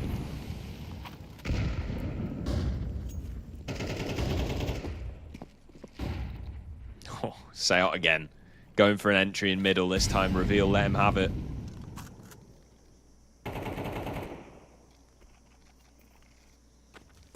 And I mentioned Endpoint, they need someone to go big. Currently it is Sayo up on 20 kills. He's actually got more kills than Ascan.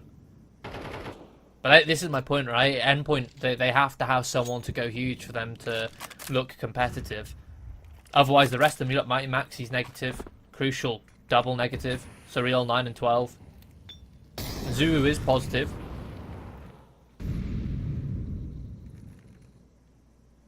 Sayo gets him away in towards the red room, a decent lurk, but Spexy wins that fight. Oh, that doesn't look comfortable at all. Mid-round reaction from Reveal. Double push from Donut in towards middle. And Crucial doesn't anticipate it. He goes down as well for free. The quick reaction from Endpoint should accelerate them in towards the A site. Mighty Max deploying some utility. Doesn't expect Hyan to be in towards CT. Hyan wins that fight. Azuu trying to apply pressure in towards the Donut. A caught util in hand. To be traded, leaving Surreal in a 1 versus 3. 23 seconds. Doesn't have CT. Does now have Donut cleared, but little does he know that. As soon as he taps the bomb, Spexy walks in through CT. And Reveal will get their double digits. That just looked incredibly uncomfortable the entire way through for Endpoint. Crucial, sorry, not anticipating anybody to be peeking from Donut as well. They were lined up. He got the AWP. That could have been a collateral. It could have changed the entire outcome of the round. But instead, they'll stabilize their economy a little bit here. Endpoint on breaking point.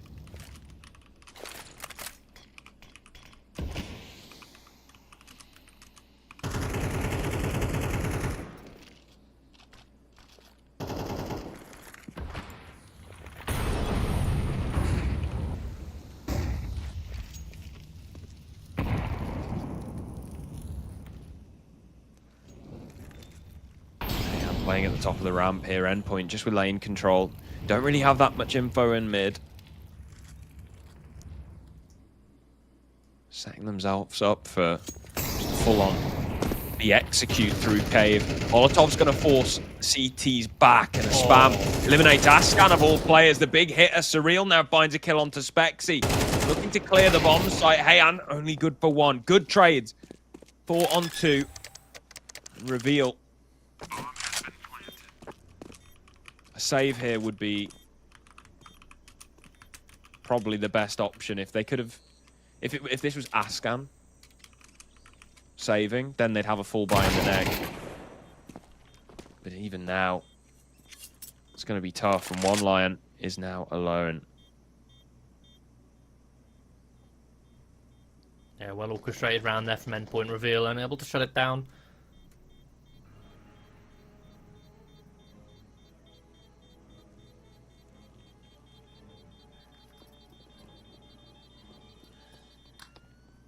Should be able to get away with this one. I don't think Endpoint are going to hunt in. No, never mind. We've got... Ooh. It's scary. They're literally just right next to him. Just the other side of the wall. If only they knew. If only. Yeah, Endpoint closing the distance now, though. Yeah. They're stabilizing on this T side. They're starting to finally control this game. Beforehand, I mean, even then on the CT side, they were getting openings. It was just the... They were struggling to close out rounds, and Reveal were able to either mid-round them or get the clutches in play. But on that T side, Endpoint have the autonomy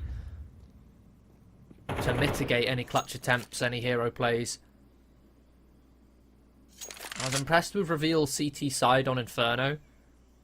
How proactive it was and dynamic, how clear and concise their game plan was on each round. They did start to lose energy on that CT side, and we'll see if it gains any energy here. Spexy, beautiful shot. Zuu finds 2 in response, but it's still a 3 versus 3, and that's an AK that can be picked up. Ascan goes for a bit of spam through the smoke. There's a kit in play, and there's a second AK as well. No Kevlar to back it. But Reveal by no means out of this one. If Endpoint hand over a freebie, this retake could absolutely be back on. 1 for 1. Ascan with a trade. Crucial playing in main. The flank's coming in, and Surreal spots it. Cleaver's caught with a knife out. Spent a bit too much time hesitating, dilly-dallying on that flank.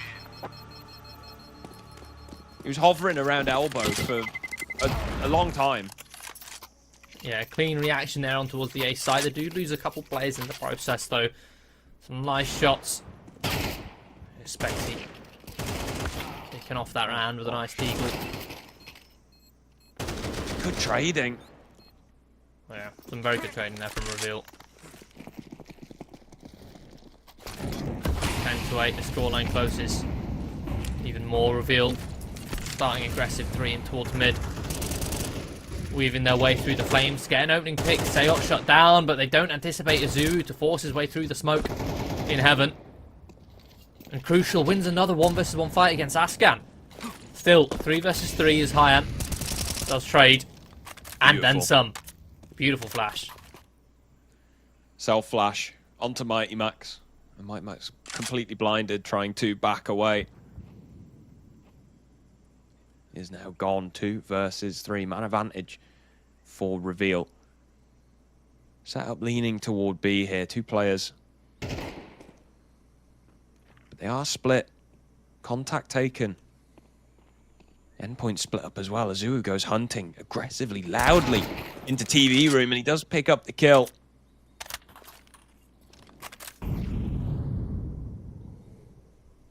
Equalize into a 2-on-2 reveal group. Look to take ramp control, and just as they do so, Endpoint bypass them into cave. Close Molotov is going to block them for now. They turn their attention back to the ramp. Swing. Oh, it's a horrific timing. Right as they pull the nade out. Yeah, lovely mid-round reactions there from Reveal, especially from Hyan. Netting 2, but most importantly, that was the bomb dropped. Endpoint, no matter what they did, they still had to recover that bomb, and Reveal could just consolidate their players on top of it. And such a well-timed peak. 11-8. It's a weak investment now for Endpoint. Yes, they got 3 rifles, but it's a Mac 10 and a Tech 9 on Azuu and Mighty Mac's weak utility. Also a missed window smoke. Gives one line a perch. Spot middle. Finds the head, but a beautiful trade from Crucial. Nice and quick. 1 for 1. Clean the setup. Util pinned. They drop the Molotov and fall back as Endpoint attempt to collapse in through the donut. 1 for 1 trade. Ascan still present though. Breaks the smoke. Doesn't quite regain vision. Enough for him to land a shot. Nades fly in. 3-on-3. Hyan makes his move from the donut, but immediately traded out by Surreal, and even a second through the smoke. Anticipates the push through from Reveal. Leaves Spexy. Clutch this one out. 1v2. Time ticking down. Crucial. Going to swing out. That's a headshot. Going to have to be the stick from Surreal. Spots him on it. He's just done the full... He just stuck it. A full stick even after hearing the step. The thing is, the mind games there is that Surreal, when he drops, he makes a step. He thinks, oh crap, now Spexy knows that I'm here. He knows that I'm about to peek, so he's probably going to get off it and look at it. But Spexy knows that, so he can just go, yeah, I know that he's going to delay his peek now because he's going to anticipate me to get off it. No, just a second there, a second late from Surreal. Reveal, get themselves up on towards map point. Primed to take us to a third. It's a similar investment for Endpoint, but slightly weaker. Instead of AKs, it's Galils on the 3 rifles. One of those Mac 10s is downgraded to a Tech 9.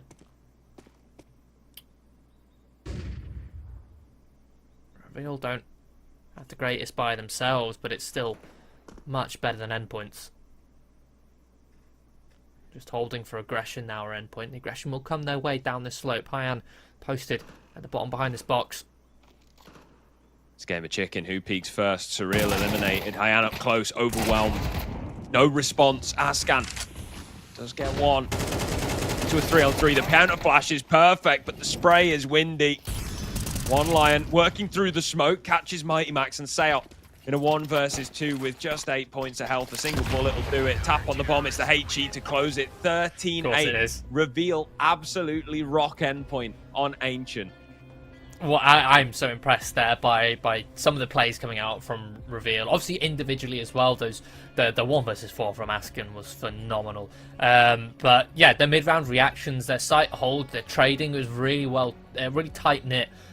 Much tighter than what you'd expect, or than what we saw from Endpoint, especially considering the disparity in competition these two teams tend to play at, ESEA main versus ESEA advanced.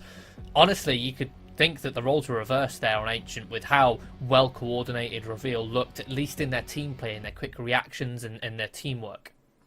Yeah, absolutely. And Endpoint looked a little bit slow. I've got to be honest. They seem very fractured on both halves. Really, they start to recover more on their T side, but not too great. That said, we've had each team's map pick. Now we should be going into hopefully a middle ground of Anubis. But first, we're going to have a short break, so we'll see you in a few minutes. Heroes. They're made of actions. They know how to win. They're out of this world. You know them. Be one today. Get serious. Be the story to be told. All you need is dedication, perfection, precision, a winning attitude. Become one with your duo and embrace the monster in you. Tulpar for serious.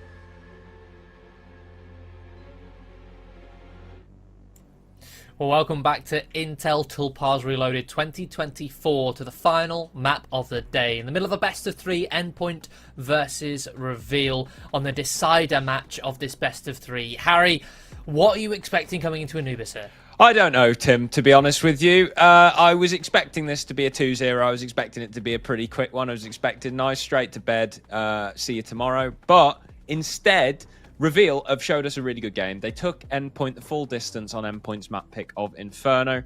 On Ancient, which was Reveal's map pick, I believe it was 13-8 at the end of that one. Absolutely bodied Endpoint. If it weren't for the second half pistol, then it would have been, I think, absolutely Jova. I agree, yeah. And then we go to the last map here, which is going to be Anubis, which in theory is a middle ground. But of course, Endpoint picked Inferno, and that still went the distance. So I reckon we're in for a close one. Yeah, I think you're onto something there. Anubis is, I mean, statistically, it's a better map than Inferno for Endpoint. I think we could be looking at a case of Endpoint saw that it was a possibility to get both Inferno and Anubis into the map pool, so chose to pick Inferno by doing so, rather than wasting a pick on Anubis if it could be a decider. Because looking at the stats for Endpoint, Anubis is their strongest map, at least in terms of success rate in the last 3 months. On HLTV, they got a 75% win rate on it, so it's pretty good. Although that being said, they've not played it as much as some other maps. They've played it not quite as much as Inferno, but I mean, Reveal, they looked good. I mean, you've got Ascan, who was farming on Ancient, and Endpoint struggled to shut him down until Crucial could get an AWP out on his own. Yep.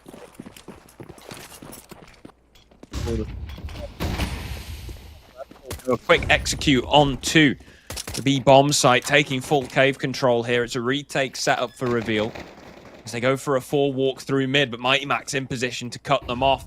Finds a kill onto one Lion, even a second onto Hayan, and a third. He's cutting them down before they even get close to retaking this bomb site. Cleavers has found a gap, but just as it opens, it closes. Ascan 1 versus 3. Delivered some big clutches, some big moments for us so far. Can he do another? No. Endpoint win the pistol. Yeah, good start for them. The IGL getting the multi-frag there for Endpoint. Lovely triple. Puts them off to a good start. On the deciding map, Endpoint need as much momentum as possible. Being on the T side of Anubis, it's the favourable side after winning the knife round. Then get that pistol round victory, but Revealed they're looking for a second round break. They've got 2 MP9s, a couple pistols, and a scout on Ascan. See what he can find. Does land a tag on towards Sayot, but Crucial will shut him down. Spexy then isolated on towards this site. Forced to fight in towards B main, concerned about the possibility of a split coming in through Con, but he won't find anything. Beavers will try and rotate through, but it's Mighty Max with that Mac 10 to continue his multi-fragging ways. Bomb has been planted. This is the kind of nice strong start Endpoint need after a lackluster Ancient. It's also having that control of the economy, right? That pistol round is so impactful in MR12 in CS2 because of the way the economy works. It takes so long for whichever team loses the pistol. It takes so long for them to establish a good economy, and by that point your opponent has already got a strong head start, especially if it's the CTEs who lose the pistol, which Reveal have just done, and they've lost that conversion, meaning it's going to take them even longer. It hampers your CT side so much if you don't win the pistol round, unfortunately. Yeah. It's why we've seen the Furia buy come into the meta where you go for, rather than where your first gun round would be, you go for a gun round. You instead go for like an MP9 sort of half buy, which means you buy down to 2k, you still have enough to contest, you still have enough to potentially steal a round away, but you're mainly setting yourself up for a bigger buy in the next round where you can get all the trimmings. There will be another eco here. This is Reveal saving for that 4th round investment. Ascan with extra left over to get that AWP up nice and early. Endpoint will be setting themselves up for an A split. 4 players in towards middle. Just a Zuru holding in towards carpets to see if there's a reaction in towards A main. In a position to throw some supportive utility flashes. His teammates out of camera. And there you go. The push comes in. Reaction from Reveal. Zuru stays alive. dances around that ledge.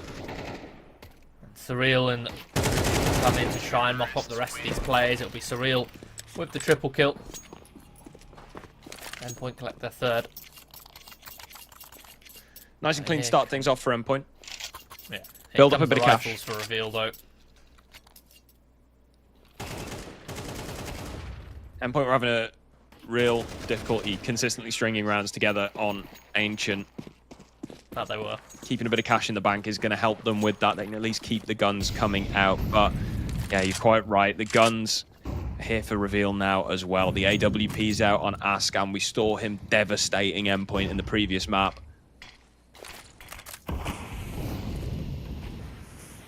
A util-based mid take here. Crucial going to creep in. Then HG blows open the smoke though, and that's a kill for one line. We've been praising them through this entire series of how proactive they're being with these HG smoke pops. Ascan's already gotten activated with this AWP, looking to find a second kill. Doesn't quite land the mark, but he's still alive, still kicking. In the meantime, somehow Cleavers is finding a safe haven amongst the sea of flames.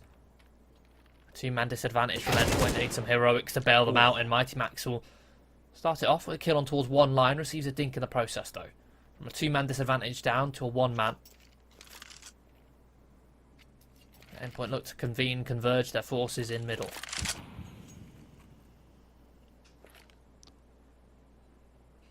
Walking through, playing contact. Hyan is an island here on this A-bomb site, at least for now. His teammates come in to cause a bit of a distraction, but the one-for-one trade. There's Endpoint in. Steps have been heard. Contrast Reveal, they're walking straight through. Azuu, nice headshot. To a 2-on-2. Second flash, Cleavers should have been spotted by Seop.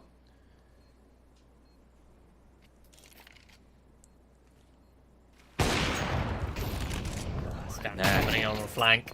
Quick trade from Seop playing together. Now the location revealed. For Seop, Cleavers will tap this bomb. It's a wide plant. Seop just creeps in with that AWP picked up. Endpoint get their fourth. A 3 versus 5 there, won by the UK side. Impressive. Mighty Max getting an opening kill. They converge in towards middle, and as soon as Mighty Max goes down, they accelerate. They pick off that lone A player, trade him out, and then they just stay tucked in, stay together, and punish the mistakes from Reveal, who struggled to trade themselves. Kill there from Specs. He did give them that opening into the game, into the round. Beautiful from Seop, that kill. And that's just down on pistols. Specs is already gone.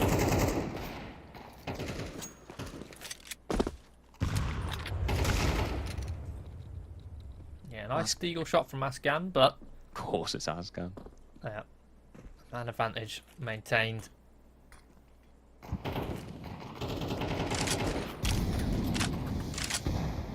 Reveal. We'll have to pull off some wizardry. Right for a miracle if they want to try and at least give Endpoint any difficulty in this round, but it's just Hyan now left with this MP9. He's out of position, coming in through middle. Walking over the bridge. Bomb has been planted.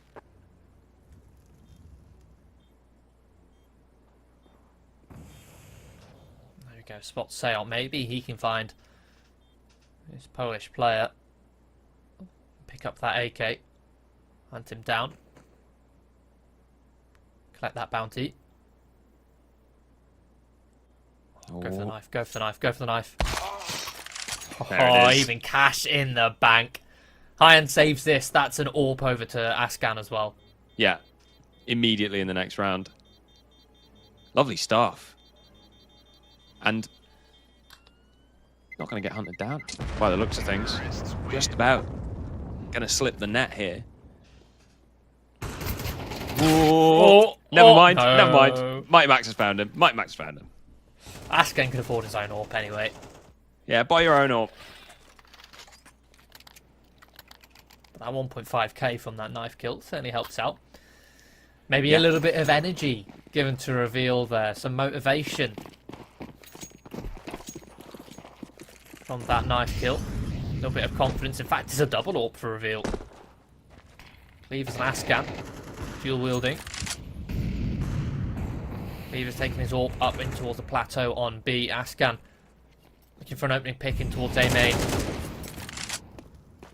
Zulu applying pressure. Met with resistance. Gets the information. Isolates Hyan in front of that molly. In the meantime, one line. Subjugates Sayot. Maxi, Molotov that position, good for one, but traded immediately by Surreal. Man advantage held by Endpoint as they enter the B bomb site, and they've still got a lurk in Azuru as well. But I think one line is going to beat him to the bomb site and catches Surreal. Crucial's now forced to turn his attention that way and goes a little bit too wide there. All of a sudden, Azuru finds himself in a clutch scenario. Nice headshot onto Ascan. Swings out to try and find the second, but can't do it. One line is there, and Reveal are on the board on Anubis. Just about, but it comes down to a clutch scenario. It comes down to some heroic plays in the mid-rounds. I mean, one thing which we praised Reveal for at the very start of this series was how decisive they looked at the start of their CT sides. Yep. On Inferno, how very clear win conditions they had in their setups, but it's looking much more tame here on Anubis, a map which is required for you to have these dynamic CT setups, required for you to be proactive and try and take control on that CT side. But at the moment, so far, Endpoint have had the freedom to sit back, hold for any aggression, battle for map control and opening picks, and then successfully trading out. Even now, Reveal, yes, they've won a round, but it's a heavy cost. Spexy now onto an MP9 and Cleaver's down to a FAMAS thanks to reinvestments coming through.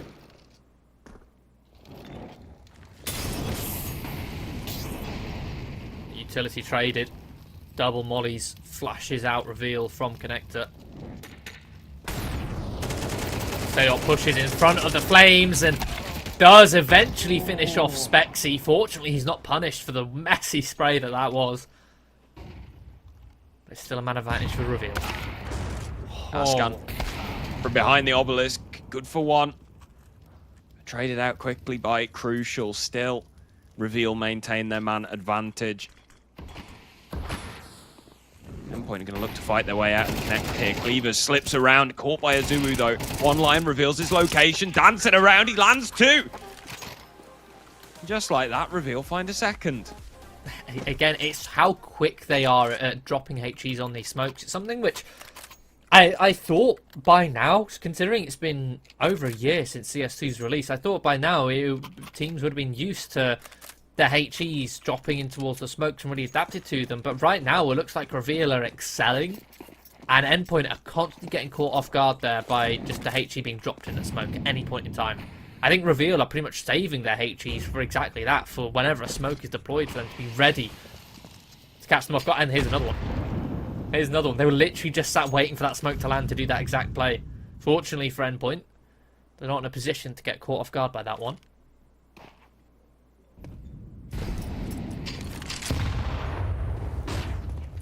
Sayot. Assertive in middle here. He's got a teammate with him to trade out. They're looking to go fast into this A camera position. Flash. Oh, it's horrific. One Lion gets a double.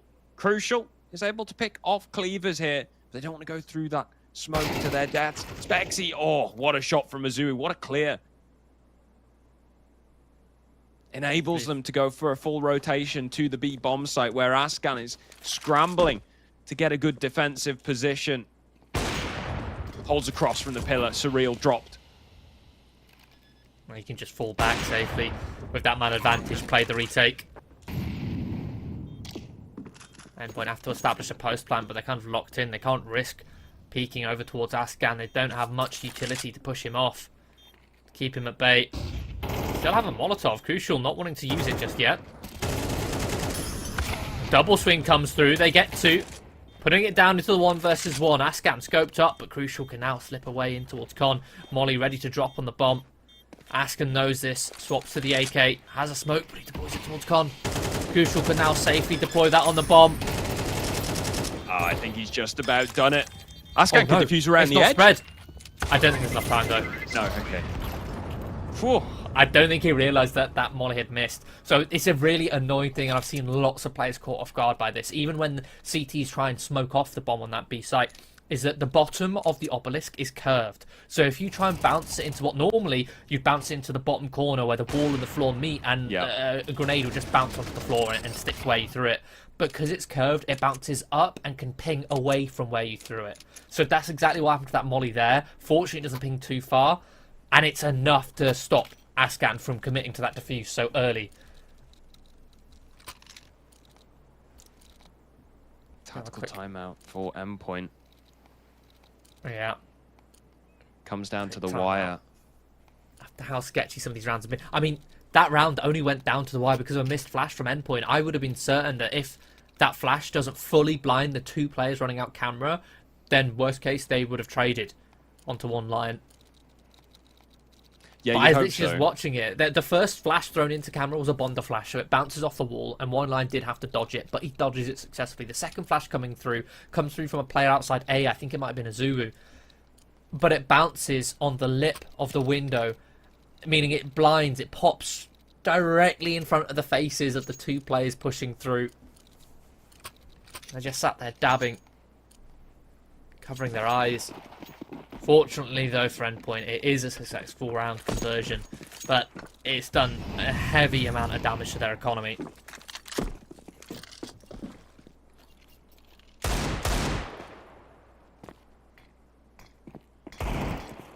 One line. So we can get done with the Deagle in middle. Turns out not a whole lot. These Mac 10s for Endpoint will chew up these unarmored players. It's only one line who's got the Kevlar vest. And he's been spotted in middle now. Endpoint sniffed out the empty bomb site, and they will get the digits punched. Bomb has been planted.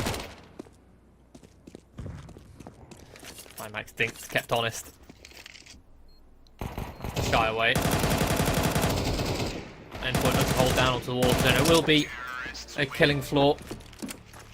Just one single frag for reveal, but that's only the Mac 10 dropped for Mighty Max. Endpoint get themselves up to a 7th. They're looking much more in control of this game. As sketchy as the last couple rounds have been, winning that pistol and getting control of the economy has been huge for them. Reveal haven't had many opportunities to actually contest, but here comes one more around 10 and a double AWP up again for Cleavers and Asker. Reveal need to plant the flag here. It's getting close to being an untenable situation. One line with an aggressive angle in middle. Nice off angle. Finds the first. Continues the spray to try and catch the second. He will finally get Mighty Max on the follow-up. Zulu does eliminate Ascan. It's a big scalp to claim.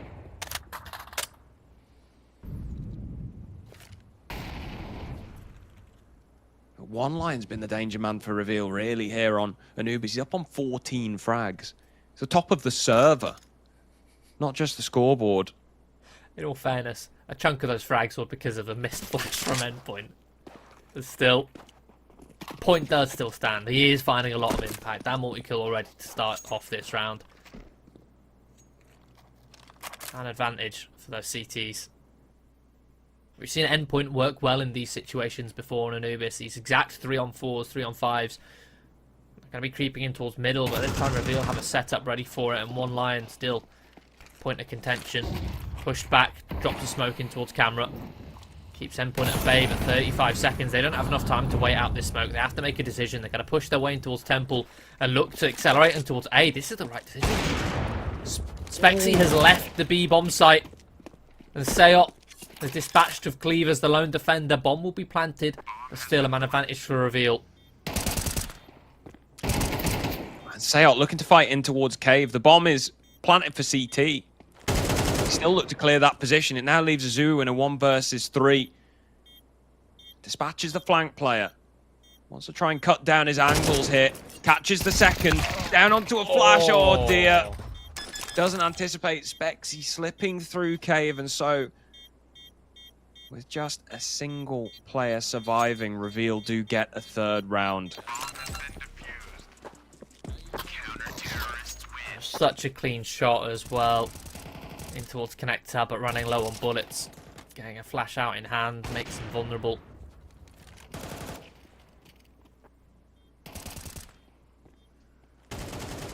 Reveal. Get themselves the 3rd round. Not out of this half just yet. A 7-5 would be more than feasible for them to try and convert into a victory. And number 11, Reveal, still going to be investing. But it's a couple MP9s. It's not amazing. Again, Endpoint set their sights in towards mid-control. Flash. CeX swings in, wins the heads-up duel against one Lion, who's been causing Endpoint problems so far this map. This time they dispatch him cleanly, but there's Ascan. The second danger man. Yeah. Always a risk, always a threat. Even if you eventually dispatch the cut player with the hot hand, it can just swap over to Ascan. There are flanks on flanks going on right now. Cleavers has pushed B main. He's going for the mid flank. But in the meantime, CeX We'll get there first. flanking the A bomb site, coming in through CT spawn. Cleavers activate. That distracts Mighty Max. CeX now needs to try and recover this bomb. Fighting in ahead of the smoking camera. Swings out. There's crossfire set up. And Reveal do make it 4. That's a massive swing round. That flank couldn't have come in any sooner.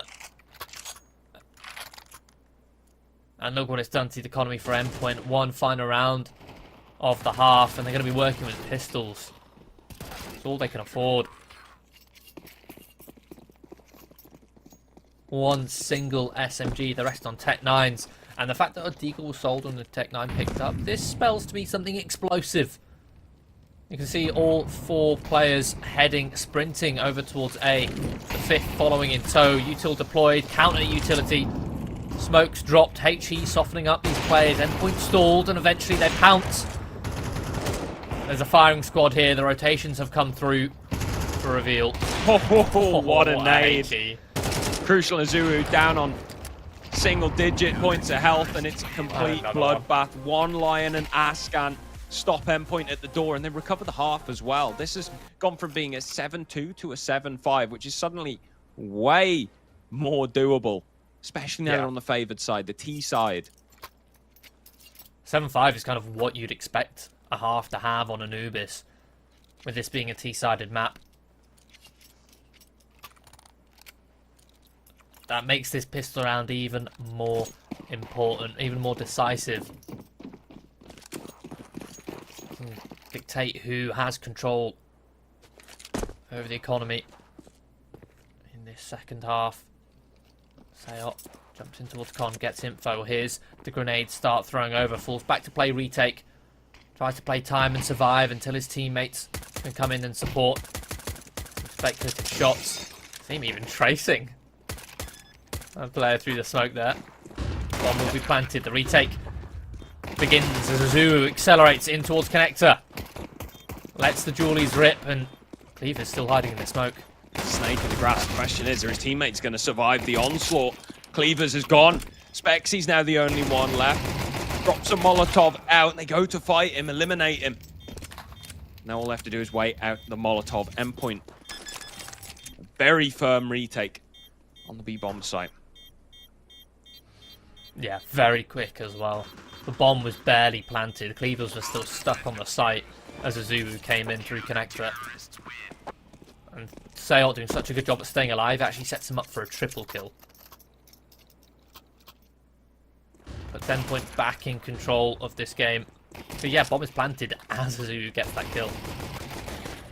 Nice attempt from Spexy, dropping that incendiary on the site to try and play for time.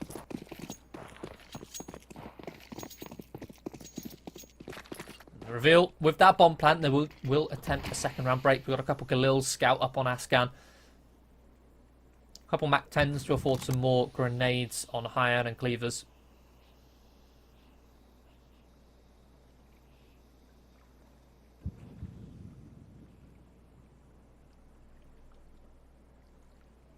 And then the default spread. Standard Anubis. Right, Max. Just to shake things up a bit. Flushes Heian out of position. I would have hoped that HE to do a little bit more damage if it landed just a tad deeper. And maybe Heian would be in tatters. Not enough to kill, but seriously wound. Meantime, Reveal, they work their way in towards middle, spotted out by Crucial. Information can be passed across and he goes for a rotation over towards A. Clear identification. The Reveal are setting themselves up for an A-site split. 3 outside of A, 2 in towards camera. But Endpoint have the rotations. Crucial now in place. And a quick 3 frags for Endpoint. Oh, a bit of a messy spray there from Crucial. It's traded back and forth. Asken now in a 1 versus 2. We've seen him clutch bigger disparities than this one. 25 seconds on the clock. Seot peeks out. Bit of a windy spray, but he does bring it through. Endpoint find themselves a 9th. Yeah, a couple windy sprays there from Endpoint, but their setups are what win them that round.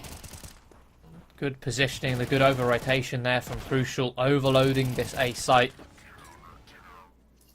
Reveal just couldn't quite break it. That's the second round forced by falling flat for Reveal. They're going to have to be ecoed this one, meaning Endpoint likely able to get themselves up to double digits, up to a 10th. Unless we get some more magic. The likes of Ascan on this Deagle. Zulu. Spamming in middle. Doesn't want to get caught by a stray bullet through the smoke, so he's going to fall back. Reveal. Just looking to prod a little bit with these pistols. See if they can find an opening. Mighty Max. Playing hidden behind the pillar. Crucial's going to take first contact. There it is. It'll allow Max to swing in and clean up. It's a beautiful setup. Flashbang as well, just to seal the deal. Even still staying hidden and allowing Crucial to fight. Finally comes in for the last frag. It's double digits for Endpoint. 3 required to take them through to the semi-finals. I love how patient Max was there on that cover. He didn't get too greedy. Nice and humble and just sat jiggling aside. Doesn't need to farm some kills. As long as he stays alive, the round is won. So he doesn't risk going down too early.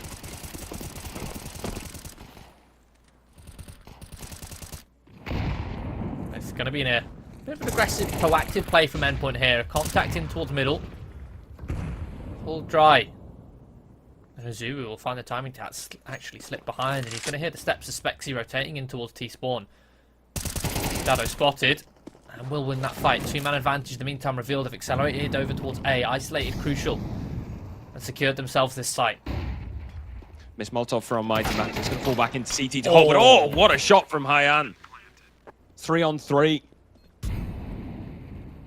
Smoke blocking Endpoint from main as well. I love how, after losing Spexy there on the flank, knowing that a flank is likely, they set their sights towards CT. Good molly comes through. There is a necessary trade, still a 2v2. Question is, do Reveal expect Surreal? He's coming in late towards CT. There's the first, there's the second. Beautiful stuff. Zoo does have that kit. Enough time on the defuse. Endpoint get their 11th. I love that early setup there, completely leaving the A-bomb site. It's just a dry contact with 3 players in towards mid. As soon as contact is taken, 1 continues to push, the others rotate over towards A. Talk about like playing first contact, second contact. Surreal's playing third contact. Yeah, true. Endpoint looking to try and close out this series. Almost at the finish line, just 2 rounds away. Crucial, AWP out in play as well. And again, it's a proactive setup for Endpoint. They're going to start 3 towards A overloaded. Flash comes through, Heian fully blinded. But a good swing. Equal trades, 2 for 2.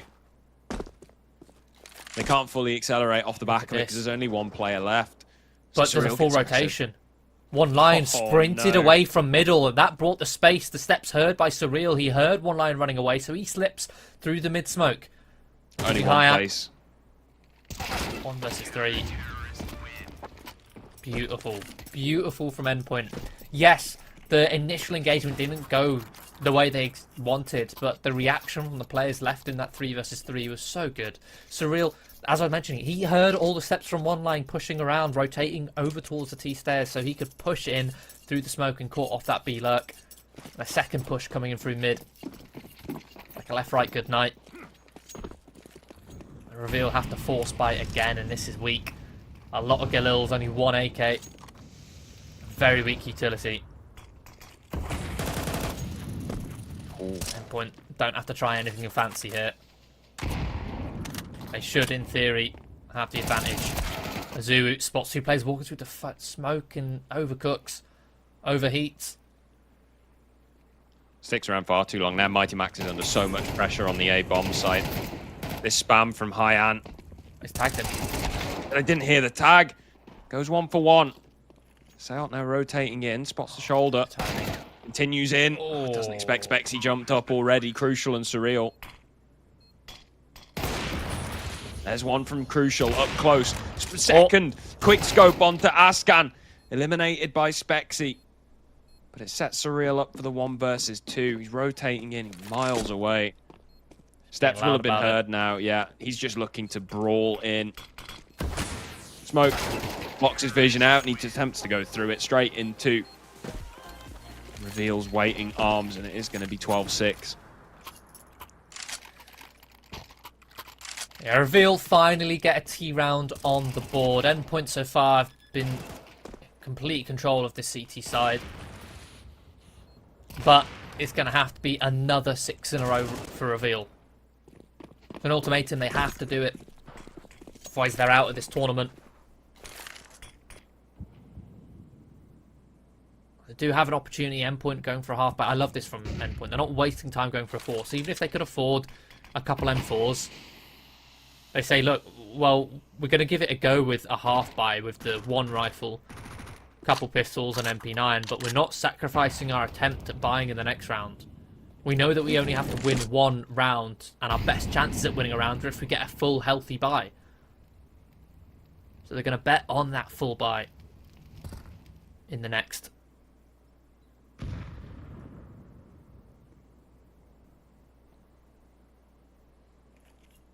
One line fading the smoke in middle.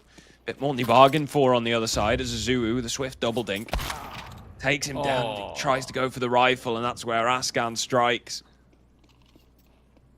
Even thought he'd cleared middle, but not quite thorough enough. Surreal now comes in towards camera. With this M4 Reveal slowly, procedurally, making their way in towards middle. Nice off angle held by Surreal. Pinned by Ascan, but a missed shot. Doesn't matter though. Mac 10. Wide swing. Leaves Seot hiding on this site. He could deny a plant here if he's not cleared. Drops the bomb. No trade behind it, but Reveal could try and collect their forces. Oh, okay. Whew. There we go. Ascan hears the steps swinging. And does stop Seot isolating that fight before it's too late. It gets close. There's a world where Seot absolutely wins that one out. That looks so goofy from Ascan's point of view. I love it.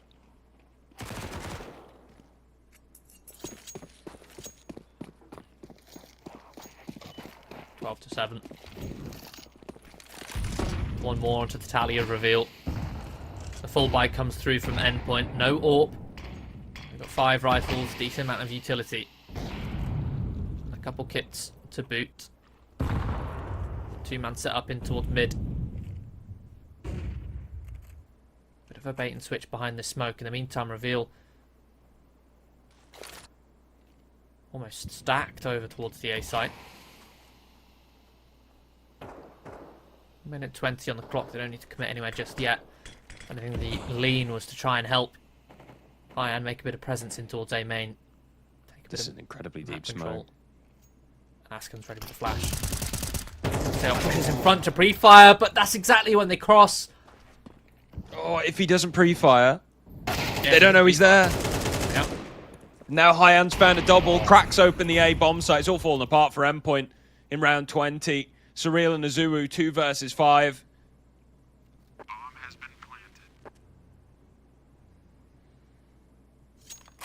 Almost certainly a save. And Reveal know it. They're hunting hard.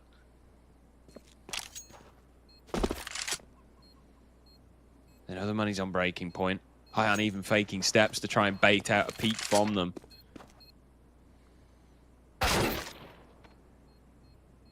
Bosh. And Azuu's days are numbered now as well. One Lion swings in. Deary me.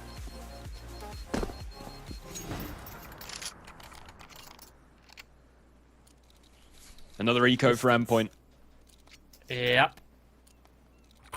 They would have had to have been 7 in a row for Reveal, but now they're only just 4 behind.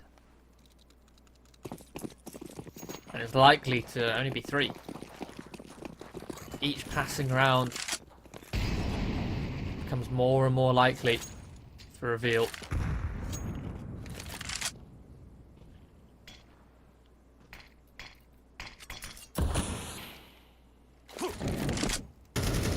Currently the full eco.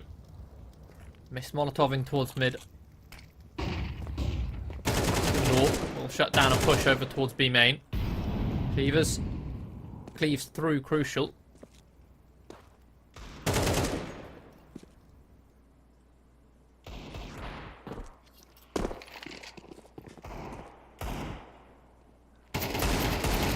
Reveal just going to accelerate on towards this B bomb site. Sayop only good for 1. This is starting to get closer and closer. I mean, obviously this is just an eco, but 12-9. That's 2 gun rounds max that Endpoint have until overtime.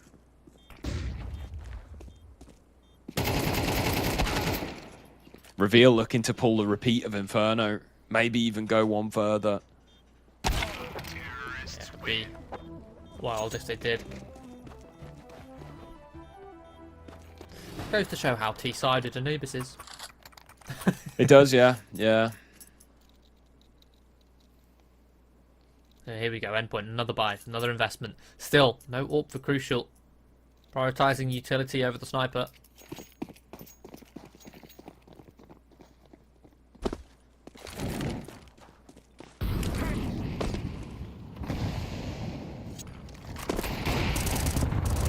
Aggressive from Endpoint. A good molly that lands on the stairs, finishes off Asken. Azuu dancing around this pillar, has some support from Sayop, but Sayop is quickly finished with. Surreal peeks through A main on the perfect timing. Azuu picking up the AWP will shut down Cleavers.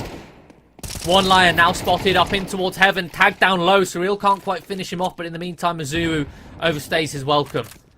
An advantage still for Endpoint. One Line's chasing, despite being on just 4 points of health. I love this off angle. Surreal just knows he has to land 1 bullet, and there it is. Spexy left in a 1 versus 3. Bomb on his back, a whole minute to play with, but it's a whole minute where the pressure is on. Where he has to win, or Endpoint will finally shut down Reveal.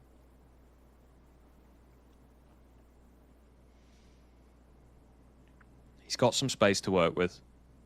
This B bomb site is open. Crucial's pushed ahead into B main, which means he's got a fast flank available. And but now Endpoint starting to clear out A main as well. Spexy in the meantime is taking so much time to make sure that the peripherals of the bomb site are clear.